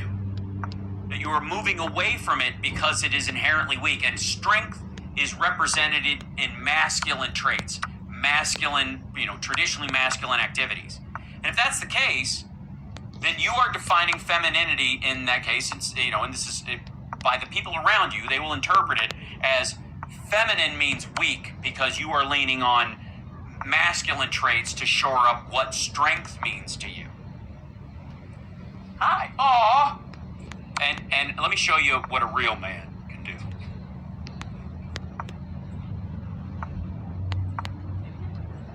guys are getting so big. You guys are getting so big. You're getting long. So they're getting broken tomorrow. The kittens are getting broken tomorrow. Hi, guys. Hello. Are you good? What's going on? Smoke and Ash, how you guys doing? Hello. Hi, buddy. Damn.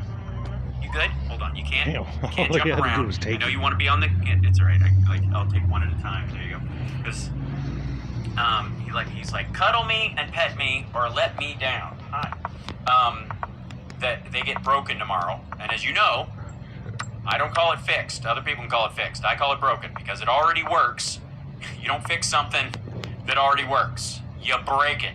So, sorry about this, guys, and I'm sorry ahead of time, but you'll ultimately be happier. And oh my gosh, he's crawling on your back. Swap out. And Ash, sorry. Some of your rambunctiousness is going bye-bye, but at the same time, you're a lovely lap cat, and you'll be in a happy household someplace. You can't climb up there and just do that. She lets you do that. I don't. That's not how it works, buddy. Yeah, you're a good kid. Good job. Good job. There you are. That's right. That's right. So, anyways, love you guys. Hold on one second. Oh. Hold on. By comparison, if I may. He's a man, he's a man, he's a man, he's a man. He's a man, he's a man, a man. He's a man, he's a... Hi, Chip. How you doing, buddy? He puts his hand on my... watch this. Don't sleep. Hold on. Don't speak. I know just what you're saying. He does that. Or, hush. Shut up now. Voices carry. He'll do it. No, he won't. Now he's fidgety because the other kittens are here and he wants to play with them on the ground. Where'd they go? They were just here. All right, go play with them, buddy. Chip's a man. He's a man. He shits logs, and when he pees, it sounds like a torrential downpour. He eats other people's food, and he doesn't apologize. Yeah, that's Chip. He's a biggie. Anyways, I love you guys. I gotta go stop talking. I will see you guys tomorrow for the morning for the radio show, and in the morning for the radio show. And Philip Bittner will be joining us. Johnny Million will be with us. All good. Everything's cool. And then that show will end pretty much like right at the end of the show. We won't have much of a post show because I gotta just shut my mouth until sound check to make sure I have plenty of voice and I can do a full warm up. Things are feeling pretty good. I feel pretty good vocally, and so fingers crossed we'll be all right. But it's a long show tomorrow night, and a lot of like all the Hagar songs are kind of weighted near the end, so I got to ramp myself up into some high notes without wearing myself out. It's gonna be it's a Super Bowl show, so thank you guys. Thanks. Good luck on the Vow of Silence. I actually do fairly well, to the annoyance of those around me. Anyways, love you guys. Thank you so much for joining me. Thank you guys for the support. Water Goddess, Just Another Human, Mark, Ancient Pollyanna, thank you so much. Let's see, who else? All our new subscribers. Tom, thanks for the euros. That's fun. Elizabeth Rodriguez, thank you. MJ, so sorry for the long pause and support. Thank you for being so kind when we can't contribute. Hal, you're such a good man. Fear not. The whole show is here to make you feel better. So if you stress out at all about being able to give, please don't, because it's counterintuitive to the purpose of the show. So just subscribe and give a thumbs up. Do whatever you can for free, and don't worry about that part of it. And if you can help the show, please do. And if you can't, at least just give a big thanks to the people who do, like our patrons and our super chatters and the subscribers on the other channels and members and that kind of stuff. Let them know you're there and you appreciate it, because they're why there's a thing. Yeah. Thanks, Sarah. And thank you, TOH Show Live, for the gifted subs at the beginning of the show earlier. Really lovely of you. All you guys. Adore you. By the way, let's see. Yeah, anyways, I'll see you guys tomorrow. Take care of yourself and take care of somebody else. Love you guys. Be well. Okay, I gotta go play with some cats and eat some food. Okay, bye.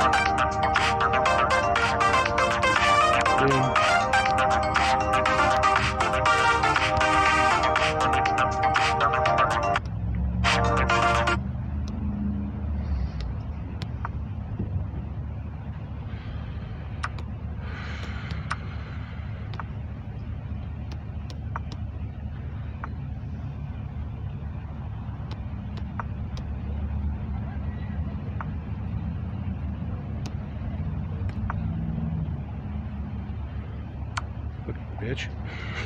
Shit. Fuck you.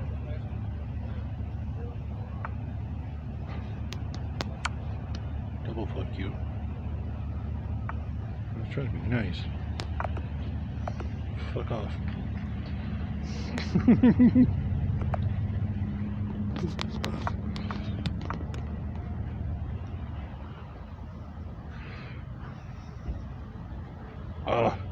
Should have ended on the last match.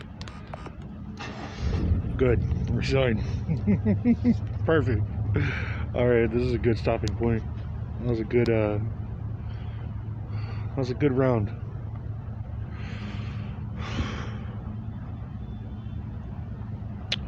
I'm gonna go charge my device. I'll see you guys later. Fun times. Peace.